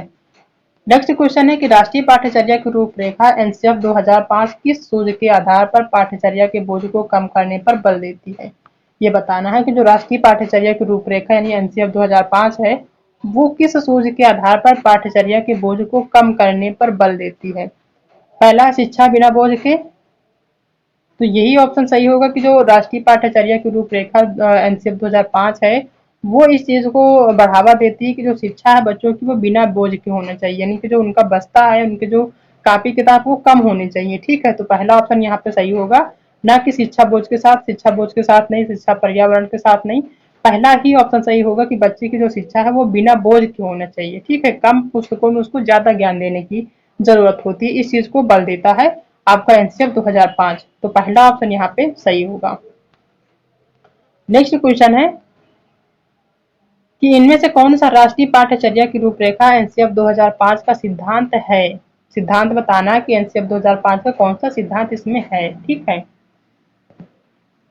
पहला है परीक्षा को अपेक्षाकृत अधिक लचीला बनाना और कक्षा को विभिन्न गतिविधियों से जोड़ना। बिल्कुल सही उद्देश्य है कि जो परीक्षा होती है उनको आपस में लचीला बनाना, और कक्षा को विभिन्न गतिविधियों से, जो कक्षाएं चलती हैं, जो पढ़ाई पढ़ाई जाती हैं बहुत सारे विषय, उनको जो है गतिविधियों से जोड़ना, उनमें एक्टिविटी करवाना। तो ये ऑप्शन बिल्कुल सही है। दूसरा कि यह सुनिश्चित करना कि बच्चों की पढ़ाई रटंत प्रणाली पे आधारित ना हो बल्कि समझ पे आधारित हो। ये बिल्कुल सही है, ये भी एक जो है उसका सिद्धांत है एनसीएफ 2005 का। वो ये चीज मानता है कि जो बच्चों की पढ़ाई है वो रटन प्रणाली पर बिल्कुल भी ना आधारित हो बल्कि क्या हो, समझ पे आधारित हो। दूसरा ऑप्शन भी सही है। तीसरा कि पाठ्यचर्या का संवर्धन ही इस प्रकार हो कि बालकों का सर्वांगीण विकास का अवसर उपलब्ध हो सके, जो बालक है उनको जो है सर्वांगीण विकास प्राप्त हो सके। तो सी ऑप्शन भी बिल्कुल सही है कि बच्चे के सर्वांगीण विकास को ध्यान में रखकर शिक्षा देनी है।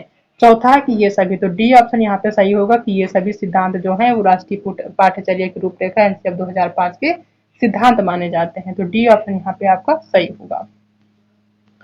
नेक्स्ट क्वेश्चन है कि एक ऐसी स्थिति जिसमें कोई बच्चा पढ़ते समय कुछ अक्षरों और शब्दों को हटा देता है या उल्टा कर देता है तो वो क्या कहलाती है। ठीक है। यानी कोई भी बच्चा है वो पढ़ते समय पढ़ते पढ़ते एक लाइन याद, जैसे मान लीजिए लाइन पढ़ते हुए जा रहा है और कुछ जो वर्ड हैं वो कठिन है तो उनको हटा देता है, इसको छोड़ के ये आगे वाला वर्ड पढ़ लेता है। या फिर कभी कभी क्या कर देता है कि उल्टा पढ़ लेता है, ठीक है, जैसे पढ़ते हैं इसको जो है उल्टा पढ़ लेता है। तो वो जो है क्या कहलाती है? पहला है वाचन वैकल्य, दूसरा है स्वलीनता, तीसरा अधिगम असहायता और चौथा अवधान्यता अक्रियाशीलता विकार। तो इसका पहला ऑप्शन सही होगा कि उसको वाचन वैकल्य यानी बोलने की प्रॉब्लम है, ठीक है, पढ़ने की प्रॉब्लम है, ठीक है। तो पहला ऑप्शन यहाँ पे सही होगा। नेक्स्ट क्वेश्चन है कि राष्ट्रीय पाठ्यचर्या की रूपरेखा एनसीएफ 2005 किस दिशा निर्देश के अंतर्गत आता है, ठीक है। यानी कि जो राष्ट्रीय पाठ्यचर्या 2005 है वो किस दिशा निर्देश के अंतर्गत आता है? पहला है ज्ञान को स्कूल के बाहरी जीवन से जोड़ना, बिल्कुल सही है कि जो ज्ञान है उसको बाहरी जीवन से जोड़ा जाए, तो ये ऑप्शन सही है। दूसरा कि पढ़ाई को रटन प्रणाली से मुक्त करना, ये ऑप्शन भी सही है कि जो एनसीएफ 2005 है वो एक दिशा निर्देश देता है कि जो पढ़ाई है उसको रटन प्रणाली से मुक्त किया जाए। तीसरा है कि परीक्षा को अपेक्षाकृत सरल बनाना, ये ऑप्शन भी बिल्कुल सही है कि जो परीक्षा है उसको अपेक्षाकृत सरल बनाना, ये एनसीएफ 2005 का दिशा निर्देश है, ठीक है, उसके अंतर्गत आता है। तो डी ऑप्शन सही होगा कि उपरोक्त सभी, ठीक है। तो जो एनसीएफ 2005 दिशा निर्देश देता है ये सारे जो है दिशा निर्देश हैं जो कि एनसीएफ 2005 देता है। तो डी ऑप्शन यहाँ पे आपका सही होगा। नेक्स्ट क्वेश्चन है कि राष्ट्रीय पाठ्यचर्या की रूपरेखा एनसीएफ 2005 के सिद्धांतों के विषय में सत्य कथन कौन सा है, यानी कौन सा कथन है जो कि राष्ट्रीय पाठ्यचर्या की रूपरेखा एनसीएफ 2005 के सिद्धांत का सही कथन है, सही जो है विचार है, उसका सही उद्देश्य है, ठीक है। पहला है पाठ्यचर्या पाठ्य पुस्तक केंद्रित होनी चाहिए, तो ये ऑप्शन गलत होगा कि जो है एनसीएफ 2005 ये नहीं कहता कि जो आप पाठ्यचर्या है वो पाठ्य पुस्तक केंद्रित होनी चाहिए, तो ये ऑप्शन गलत होगा पहला। दूसरा कि अधिगम प्रक्रिया के अंतर्गत न समझ आने वाली अवधारणाओं को रखना चाहिए, ये बिल्कुल नहीं होनी चाहिए, ठीक है, तो बी ऑप्शन भी गलत है। तीसरा है कि स्कूल में प्राप्त ज्ञान को बाहरी जीवन से जानना चाहिए, यानी कि जो स्कूल में ज्ञान दिया जा रहा है बच्चों को शिक्षक द्वारा वो जो है बच्चों की बाहरी ज्ञान से जोड़ा जाना चाहिए, तो ये ऑप्शन बिल्कुल सही होगा। ये जो है 2005 यानी एनसीएफ 2005 का एक सिद्धांत है, तो सी ऑप्शन यहाँ पे सही होगा। नेक्स्ट क्वेश्चन देखते हैं कि राष्ट्रीय पाठ्यचर्या की रूपरेखा एनसीएफ 2005 के अनुसार बच्चों के आकलन का उचित तरीका क्या है, किस तरीके से जो है एनसीएफ 2005 बताता है कि बच्चों को आकलन इस तरीके से करना चाहिए, उसका जो है उचित तरीका क्या है। पहला है वार्षिक परीक्षा यानी कि वर्ष में परीक्षाएं लेकर, या फिर अर्धवार्षिक परीक्षाएं, तीसरा दैनिक गतिविधियां और चौथा इनमें से कोई नहीं। तो जो बच्चों का आकलन करने का जो सही तरीका एनसीएफ 2005 के अनुसार वो है दैनिक गतिविधियां, यानी कि पर डे गतिविधियां कराकर उनका आकलन किया जाए, तो सी ऑप्शन यहाँ पे सही होगा। इस चीज को जो है एनसीएफ 2005 बढ़ावा देता है या बताता है कि ये उचित तरीका है बच्चों को जो है आकलन करने का, तो सी ऑप्शन यहाँ पे सही होगा। नेक्स्ट क्वेश्चन है कि राष्ट्रीय शिक्षा नीति 2020 में निम्नलिखित में से कौन सा प्रावधान नहीं सुझाया गया, यानी कि आपको निगेटिव बताना है कि कौन सा ऐसा प्रावधान है जो कि सुझाया ही नहीं गया है एनसीएफ राष्ट्रीय शिक्षा नीति 2020 में, ठीक है। पहला है प्रत्येक विद्यार्थी की विशिष्ट क्षमताओं को पहचानना और बढ़ावा देना महत्वपूर्ण है, पहला ऑप्शन है, ठीक है।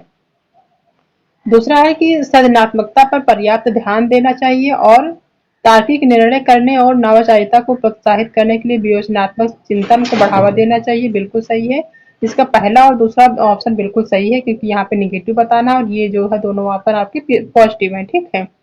और तीसरा ऑप्शन दिया हुआ है कि बच्चों में अनुपालन को बढ़ावा देने के लिए अध्यापक को इनाम और दंड का प्रयोग करना चाहिए, ये ऑप्शन बिल्कुल गलत है, ये निगेटिव है कि बच्चे को जो है अध्यापक को इनाम और दंड नहीं देना चाहिए, जो है बच्चे को किसी भी चीज को बढ़ावा देने के लिए उसको इनाम देना चाहिए या फिर दंड देना चाहिए, ये जो है कहीं भी एनसीएफ आपका राष्ट्रीय शिक्षा नीति यानी एनईपी में कहीं भी नहीं दिया हुआ, तो ये ऑप्शन आपका निगेटिव है और यही ऑप्शन आपका सही होगा। नेक्स्ट क्वेश्चन है कि दृष्टि दोष युक्त छात्रों को शिक्षा दी जानी चाहिए, यानी कि जिनको दिखाई नहीं देता है जिन छात्रों को, उनको शिक्षा किस प्रकार से देना चाहिए।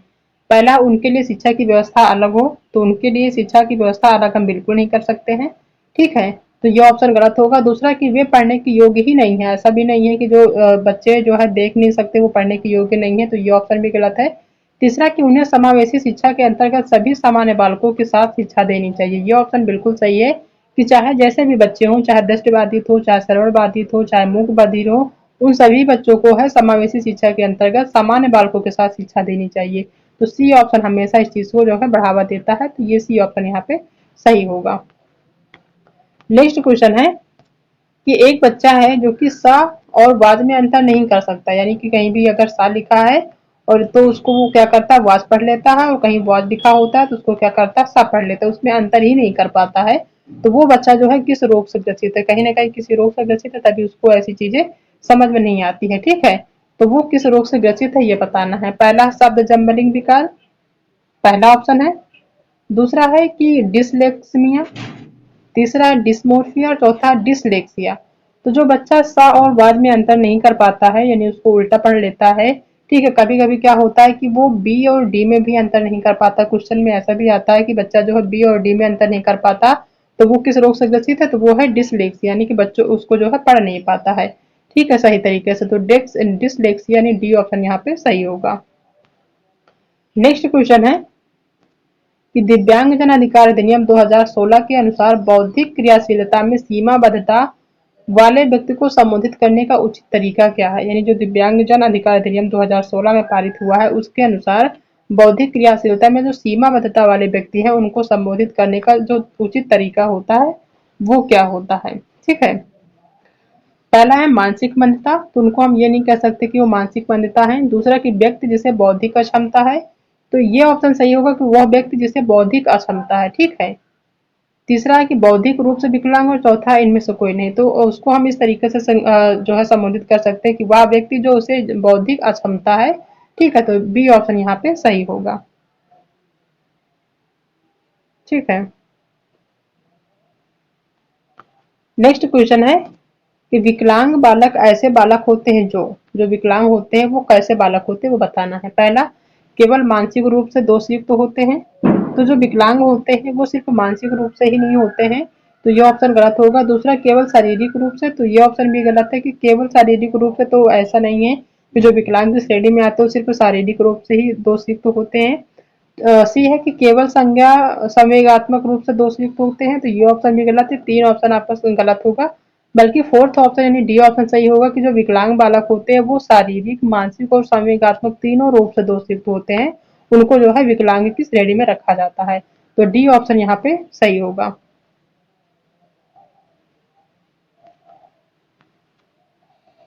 नेक्स्ट क्वेश्चन है कि इनमें से मौखिक रूप से सीखने की आसक्तता है, तो बताना कि कौन सी जो है मौखिक रूप से सीखने की आसक्तता है। ठीक है, पहला है डिसकैलकुलिया, दूसरा अफेजिया, तीसरा है डिसलेक्सिया और चौथा इनमें से कोई नहीं। तो मौखिक रूप से जो सीखने की आसक्तता है वो है अफेजिया, इसमें बच्चा जो है मौखिक रूप से बोल नहीं पाता है। ठीक है, चीजों को बोलते समय फंस जाता है, तो वो होता है अफेजिया, बी ऑप्शन यहाँ पे सही होगा। तो डिसकैलकुलिया वो होता है जिसमें बच्चा जो है गणित का जो है सवाल जो हल नहीं कर पाते, कैलकुलेशन नहीं कर पाता है, तो वो डिसकैलकुलिया होता है। और डिसलेक्सिया वो होता है जिसमें बच्चा चीजों को पढ़ नहीं पाता है, शब्दों को, वो होता है डिसलेक्सिया। ठीक है, तो इसका यहाँ पे बी ऑप्शन यहाँ पे सही होगा। नेक्स्ट क्वेश्चन है कि एक मानसिक रूप से विकलांग बालिका है जिसमें कौन सी समस्या हो सकती है। अगर वो मानसिक रूप से विकलांग है तो उसमें कौन सी समस्या हो सकती है। पहला है आत्मविश्वास की कमी, जी हाँ बिल्कुल आत्मविश्वास की कमी हो सकती है उसमें। दूसरा है कि सीमित बातचीत करना, वो जो है बहुत कम बातचीत करती है, ये ऑप्शन भी सही है। तीसरा है कि स्वयं के कार्यों में कठिनाई महसूस करना, जो स्वयं के उसके कार्य हैं उसमें कठिनाई महसूस वो करती है।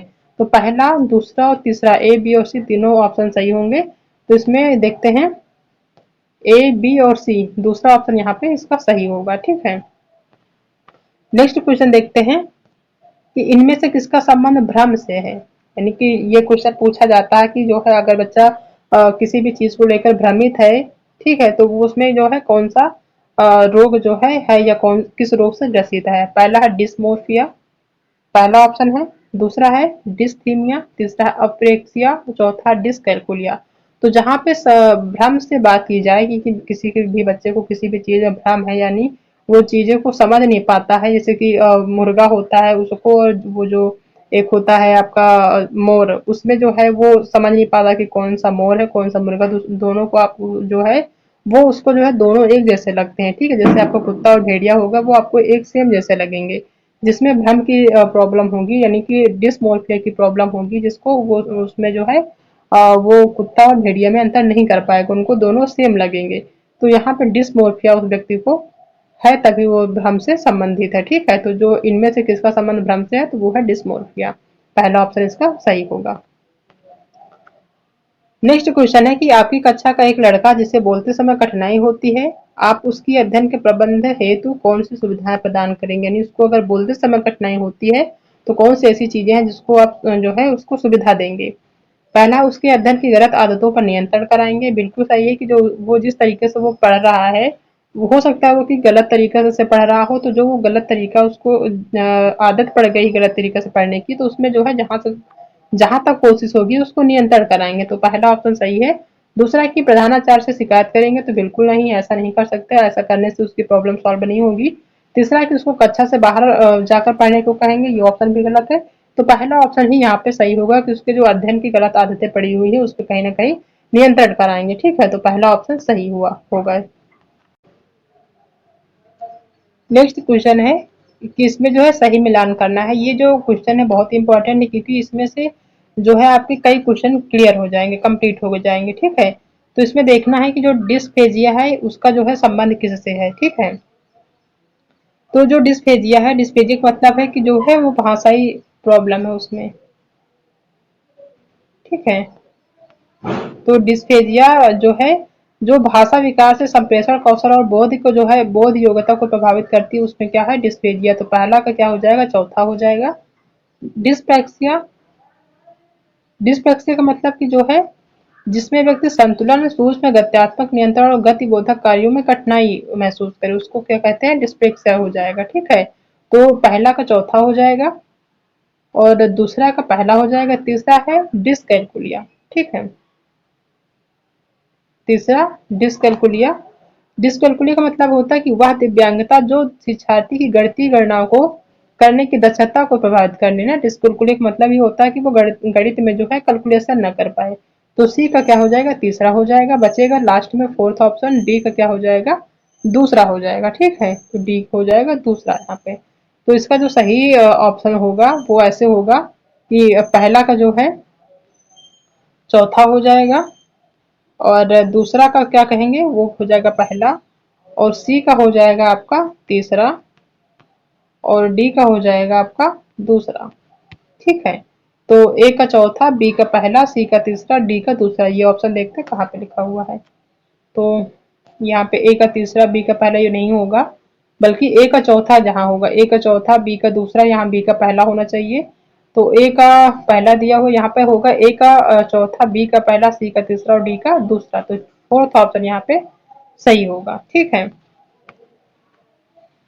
नेक्स्ट क्वेश्चन है कि बच्चे साथी और समूह के सक्रिय सदस्य कब होते हैं? जो बच्चे हैं वो जो है साथी या समूह के सक्रिय सदस्य कब होते हैं, ये बताना है। पहला बाल्यावस्था, दूसरा है पूर्व बाल्यावस्था, तीसरा है किशोरावस्था और चौथा प्रौढ़ावस्था। तो जो किशोरावस्था के बच्चे होते हैं वो क्या करते हैं कि वो एक समूह में रहने लगते हैं। ठीक है, और जो उनका समूह होता है उनमें उनके सारे दोस्त होते हैं और उनमें एक्टिव रहते हैं, यानी कि पर डे जो है उस समूह में जाएंगे। ऐसा नहीं कि समूह बना लिए हैं तो उसमें जाएंगे नहीं, बैठेंगे नहीं, बातें नहीं करेंगे। वो एक समूह बना लेते हैं तो वो एक्टिव रहता है, यानी कि जो सदस्य होते हैं वो सभी एक्टिव होते हैं, एक साथ बैठेंगे, एक साथ खाना खाएंगे, एक साथ खेलेंगे। ठीक है, तो ये जो प्रवृत्ति होती है वो किशोरावस्था के बच्चों में होती है। तो सी ऑप्शन यहाँ पे सही होगा।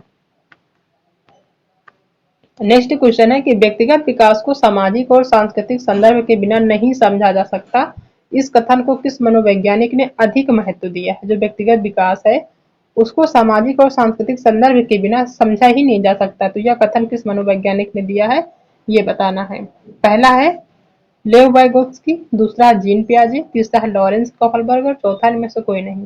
तो जहां पर सामाजिक संस्कृति की बात आए वो हमेशा आपका लेव वाइगोत्स्की होगा। तो ए ऑप्शन यहाँ पे सही होगा कि लेव वाइगोत्स्की ने कहा कि व्यक्तिगत विकास को सामाजिक और सांस्कृतिक संदर्भ के बिना समझा ही नहीं जा सकता। तो ए ऑप्शन यहाँ पे आपका सही होगा।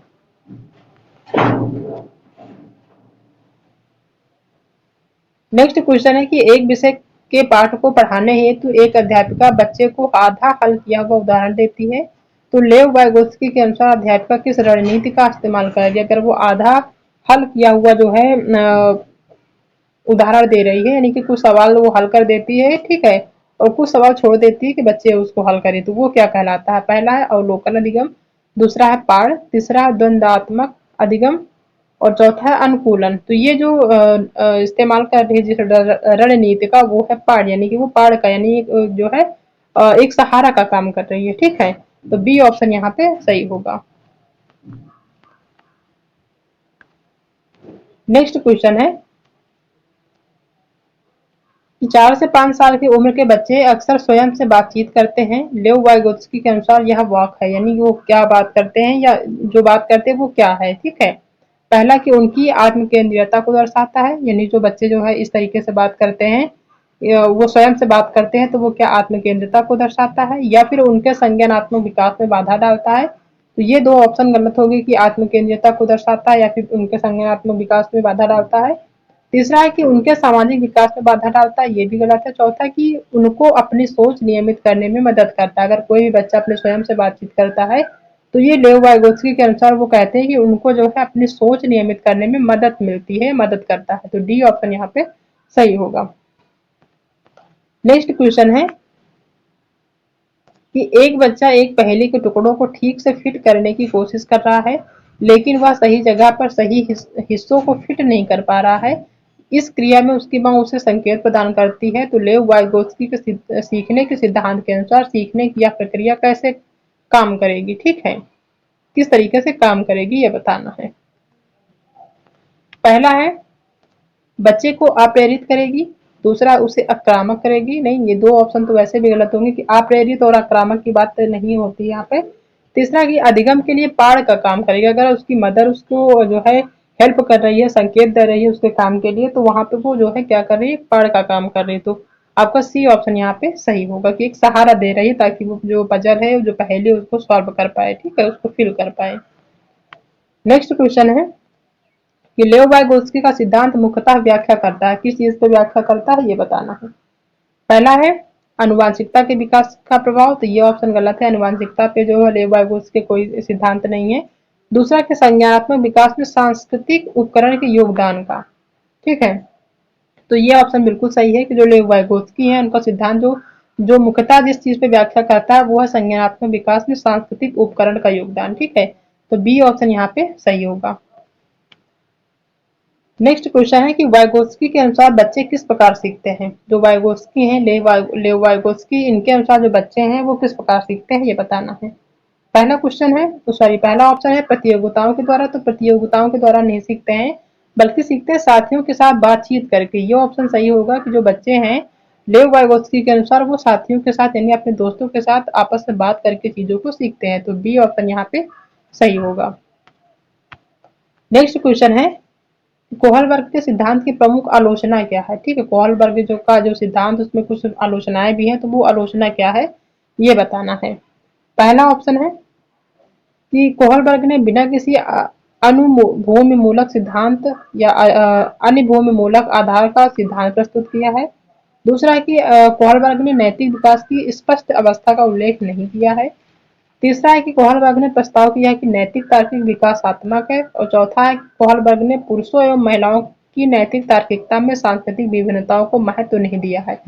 ये डी ऑप्शन आपका बिल्कुल सही होगा कि जो कोहलबर्ग हैं उनके सिद्धांत की जो सबसे प्रमुख आलोचना वो यही है कि उन्होंने पुरुषों एवं महिलाओं की जो नैतिक तार्किकता है उसमें जो सांस्कृतिक विभिन्नताएं होती हैं उनको महत्व ही नहीं दिया है। ठीक है, ये उनकी सबसे बड़ी आलोचना है। तो इसका डी ऑप्शन यहाँ पे सही होगा। नेक्स्ट क्वेश्चन है कि नैतिक दुविधा व नैतिक तर्कड़ा को किस मनोवैज्ञानिक ने प्रतिपादित किया है। ठीक है, जो नैतिक दुविधा है और जो नैतिक तर्कड़ा है इसको किस मनोवैज्ञानिक ने प्रतिपादित किया है ये बताना है। पहला है जीन पियाजे ने, तो ये ऑप्शन गलत है, जीन पियाजे ने नहीं किया बल्कि किया है लॉरेंस कोहलबर्ग ने। बी ऑप्शन यहाँ पे सही होगा कि नैतिक दुविधा और नैतिक तर्कड़ा का जो सिद्धांत है वो लॉरेंस कोहलबर्ग ने दिया है। तो बी ऑप्शन यहाँ पे सही होगा। नेक्स्ट क्वेश्चन देखते हैं कि लॉरेंस कोहलबर्ग के अनुसार शिक्षक बच्चों में नैतिक मूल्यों का विकास कर सकता है। ठीक है, यानी जो लॉरेंस कोहलबर्ग के उनके अनुसार जो शिक्षक है बच्चों में नैतिक मूल्यों का विकास कर सकता है। ये बताना है किस तरीके से वो नैतिक मूल्यों का विकास कर सकता है। पहला है कैसे व्यवहार किया जाना चाहिए, इस पर कठोर निर्देश देकर। तो बच्चों को कठोर निर्देश तो देना ही नहीं है। दूसरा है कि धार्मिक शिक्षा को महत्व देकर, ये ऑप्शन भी गलत है। तीसरा व्यवहार के स्पष्ट नियम बनाकर। ऐसा भी नहीं कि एक नियम बनाए, ठीक है। चौथा है कि नियम मुद्दों पर आधारित चर्चाओं में उन्हें शामिल करके, उनको जो है क्या करना चाहिए कि जो भी नियम हो और जो मुद्दे हों उस पे आधारित जो चर्चाएं होती है उनमें बच्चों को शामिल किया जा सके, जिसके अनुसार जो है शिक्षकों वो सॉरी बच्चों में जो है नैतिक मूल्यों का विकास हो सके। तो डी ऑप्शन यहाँ पे सही होगा कि उनको जो है जो चर्चाएं होती हैं नैतिक या नियम मुद्दों के आधार पर उनमें शामिल किया जाए। तो डी ऑप्शन यहाँ पे सही होगा।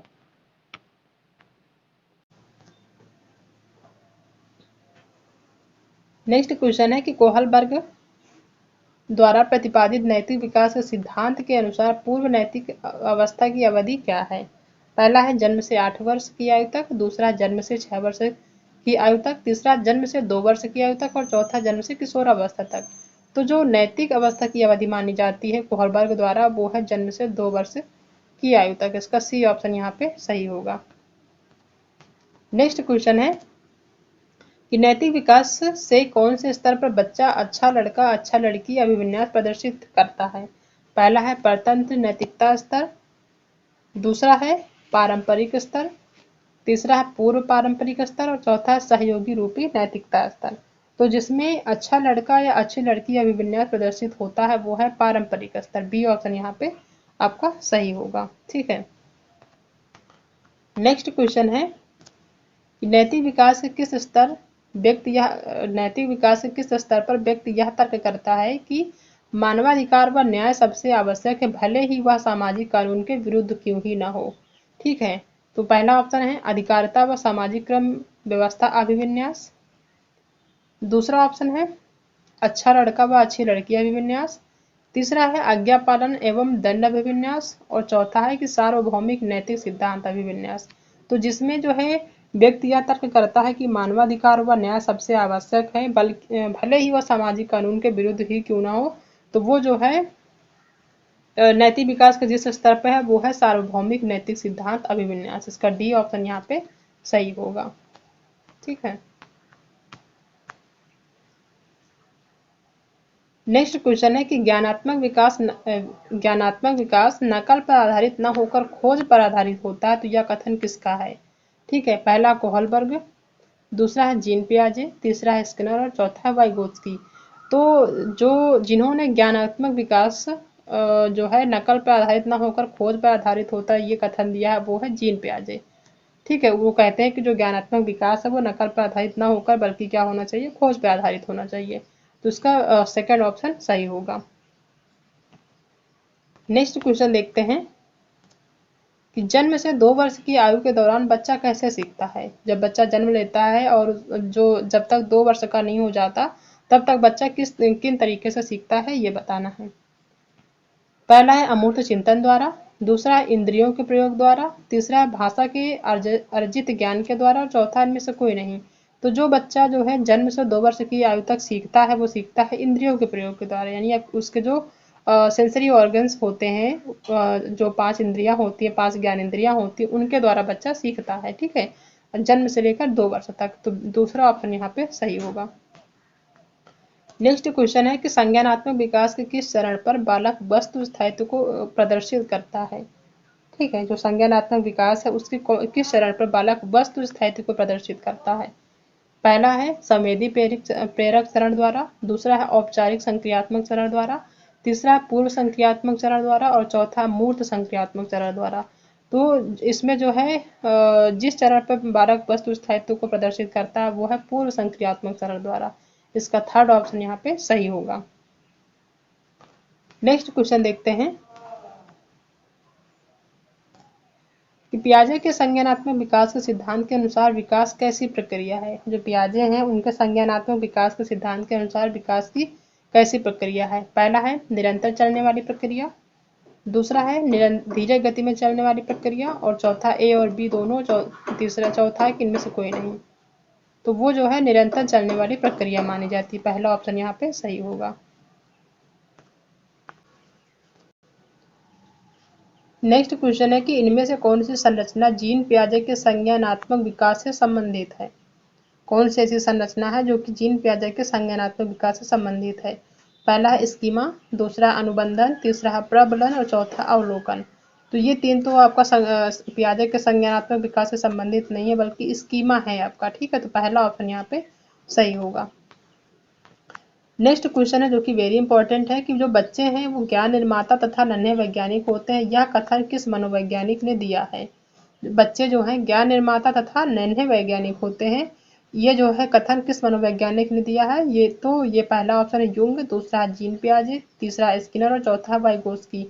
तो जिन्होंने कहा कि बच्चे ज्ञान निर्माता तथा नन्हे वैज्ञानिक होते हैं, वो मनोवैज्ञानिक है जीन पियाजे। ठीक है, तो सेकेंड ऑप्शन यहाँ पे सही होगा। नेक्स्ट क्वेश्चन है कि प्रतिभाशाली बालक वह होता है जो, यानी कि प्रतिभाशाली कैसे होते हैं वो बताना है। पहला, सामान्य बालकों से भिन्न हो, दूसरा सामान्य बालक जैसे हो, तीसरा कि विचित्र व्यवहार करते हो और चौथा मंद बुद्धि हो। तो जो प्रतिभाशाली बालक होते हैं वो क्या होते हैं, सामान्य बालक से भिन्न होते हैं। ठीक है, उनके जो पढ़ने का तरीका होता है, कार्य करने का तरीका होता है, बोलने का तरीका होता है, वो जो है अन्य सामान्य बालकों से भिन्न होता है। ठीक है, तो पहला ऑप्शन यहाँ पे सही होगा। नेक्स्ट क्वेश्चन है कि विशिष्ट बालकों के अंतर्गत निम्नलिखित में से कौन सा बालक आता है। ठीक है, विशिष्ट बालक के अंतर्गत कौन से बालक आते हैं ये बताना है। पहला है पिछड़ा बालक, दूसरा है प्रतिभाशाली बालक, तीसरा है मंद बुद्धि बालक और चौथा उपरोक्त सभी। तो विशिष्ट बालक के अंतर्गत ये सभी बालक आते हैं। ठीक है, मतलब पिछड़े बालक भी आते हैं, प्रतिभाशाली बालक भी आते हैं और मंद बुद्धि जो बालक होते हैं वो भी आते हैं। तो डी ऑप्शन यहाँ पे सही होगा कि ये सभी बालक विशिष्ट बालक के अंतर्गत आते हैं। नेक्स्ट क्वेश्चन है कि प्रतिभाशाली बच्चों के लिए आवश्यक है, क्या चीजें जो है आवश्यक है प्रतिभाशाली बच्चों के लिए। पहला है कि उन्हें विशिष्ट योग्यता हेतु विशेष अवसर दिए जाए, बिल्कुल उनको एक जो है विशेष योग्यता मिली है प्रतिभाशाली का, तो जो है तो उनको जो है उस योग्यता के लिए उनको जो है विशेष अवसर दिए जाने चाहिए। दूसरा कि उन्हें साधारण होने की अनुभूति कराया जाए, तीसरा कि उन्हें लगातार लगातार पुरस्कार दिए जाए और चौथा उपरोक्त सभी। ठीक है, तो प्रतिभाशाली बच्चे के लिए जो सबसे ज़्यादा आवश्यक है वो है कि उन्हें विशिष्ट योग्यता हेतु विशेष अवसर दिए जाएं। ठीक है, जो जिस तरीके की उनको जो है उनके पास योग्यता है उसके अनुसार उनको विशेष प्रकार की एक अवसर दिए जाएं चीज़ों को करने के लिए। ठीक है, तो पहला ऑप्शन यहाँ पे सही होगा। नेक्स्ट क्वेश्चन है कि प्रत्येक विद्यार्थी स्वयं में विशिष्ट है, इसका अर्थ है कि, या प्रत्येक विद्यार्थी जो है स्वयं में विशिष्ट है उसका अर्थ क्या होता है।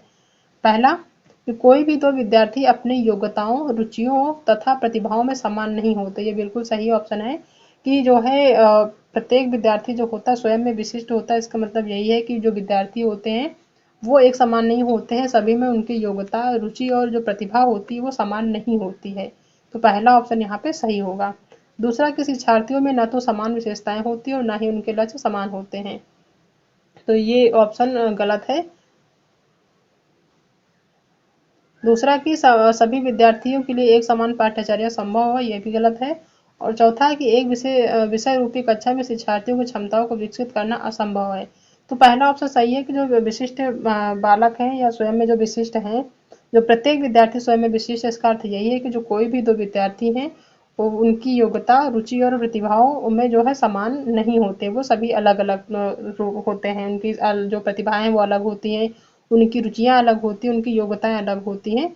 वही जो बच्चे होते हैं, जो प्रत्येक विद्यार्थी जो क्या करते हैं वो विशेष स्वयं में विशिष्ट होते हैं, इसका मतलब यही होता है। तो पहला ऑप्शन यहाँ पे सही होगा। नेक्स्ट है कि बच्चों में प्रतिभाशालीता होने का कारण हो सकता है, किस वजह से बच्चे जो है प्रतिभाशाली बन सकते हैं। ठीक है, पहला है अनुशासित दिनचर्या के कारण, तो ऐसा नहीं है। दूसरा अनुशासन और वातावरण, ये भी गलत है। तीसरा अनुवांशिकता और वातावरण के बीच अंतःक्रिया के कारण, ये ऑप्शन बिल्कुल सही है कि जो एक प्रतिभाशाली होने का एक जो कारण होता है वो ये होता है कि जो बच्चे हैं कुछ चीज़ें उनके अनुवांशिक रूप से उनको मिलती है, कुछ जो है उनके सही वातावरण मिल जाने की वजह से होती है। यानी कि जो उनका अनुवांशिकता और जो वातावरण दोनों एक जैसे हो जाते हैं, दोनों के बीच जो अंतःक्रियाएं होती हैं उसके कारण बच्चा जो है प्रतिभाशाली बनता है। तो सी ऑप्शन यहाँ पे सही होगा। नेक्स्ट क्वेश्चन है कि राज्य स्तर की एक एकल गायन प्रतियोगिता के लिए विद्यार्थियों को तैयार करते समय विद्यालय लड़कियों को वरीयता देता है, यह दर्शाता है। ठीक है, किसी भी कार्य में जब जो है कोई भी चाहे शिक्षार्थी हो या फिर विद्यालय हो, वो जो है लड़कियों को वरीयता ज़्यादा देता है लड़कों की अपेक्षा, या फिर लड़कों को वरीयता ज़्यादा देते हैं लड़कियों की अपेक्षा, तो वो क्या दर्शाता है।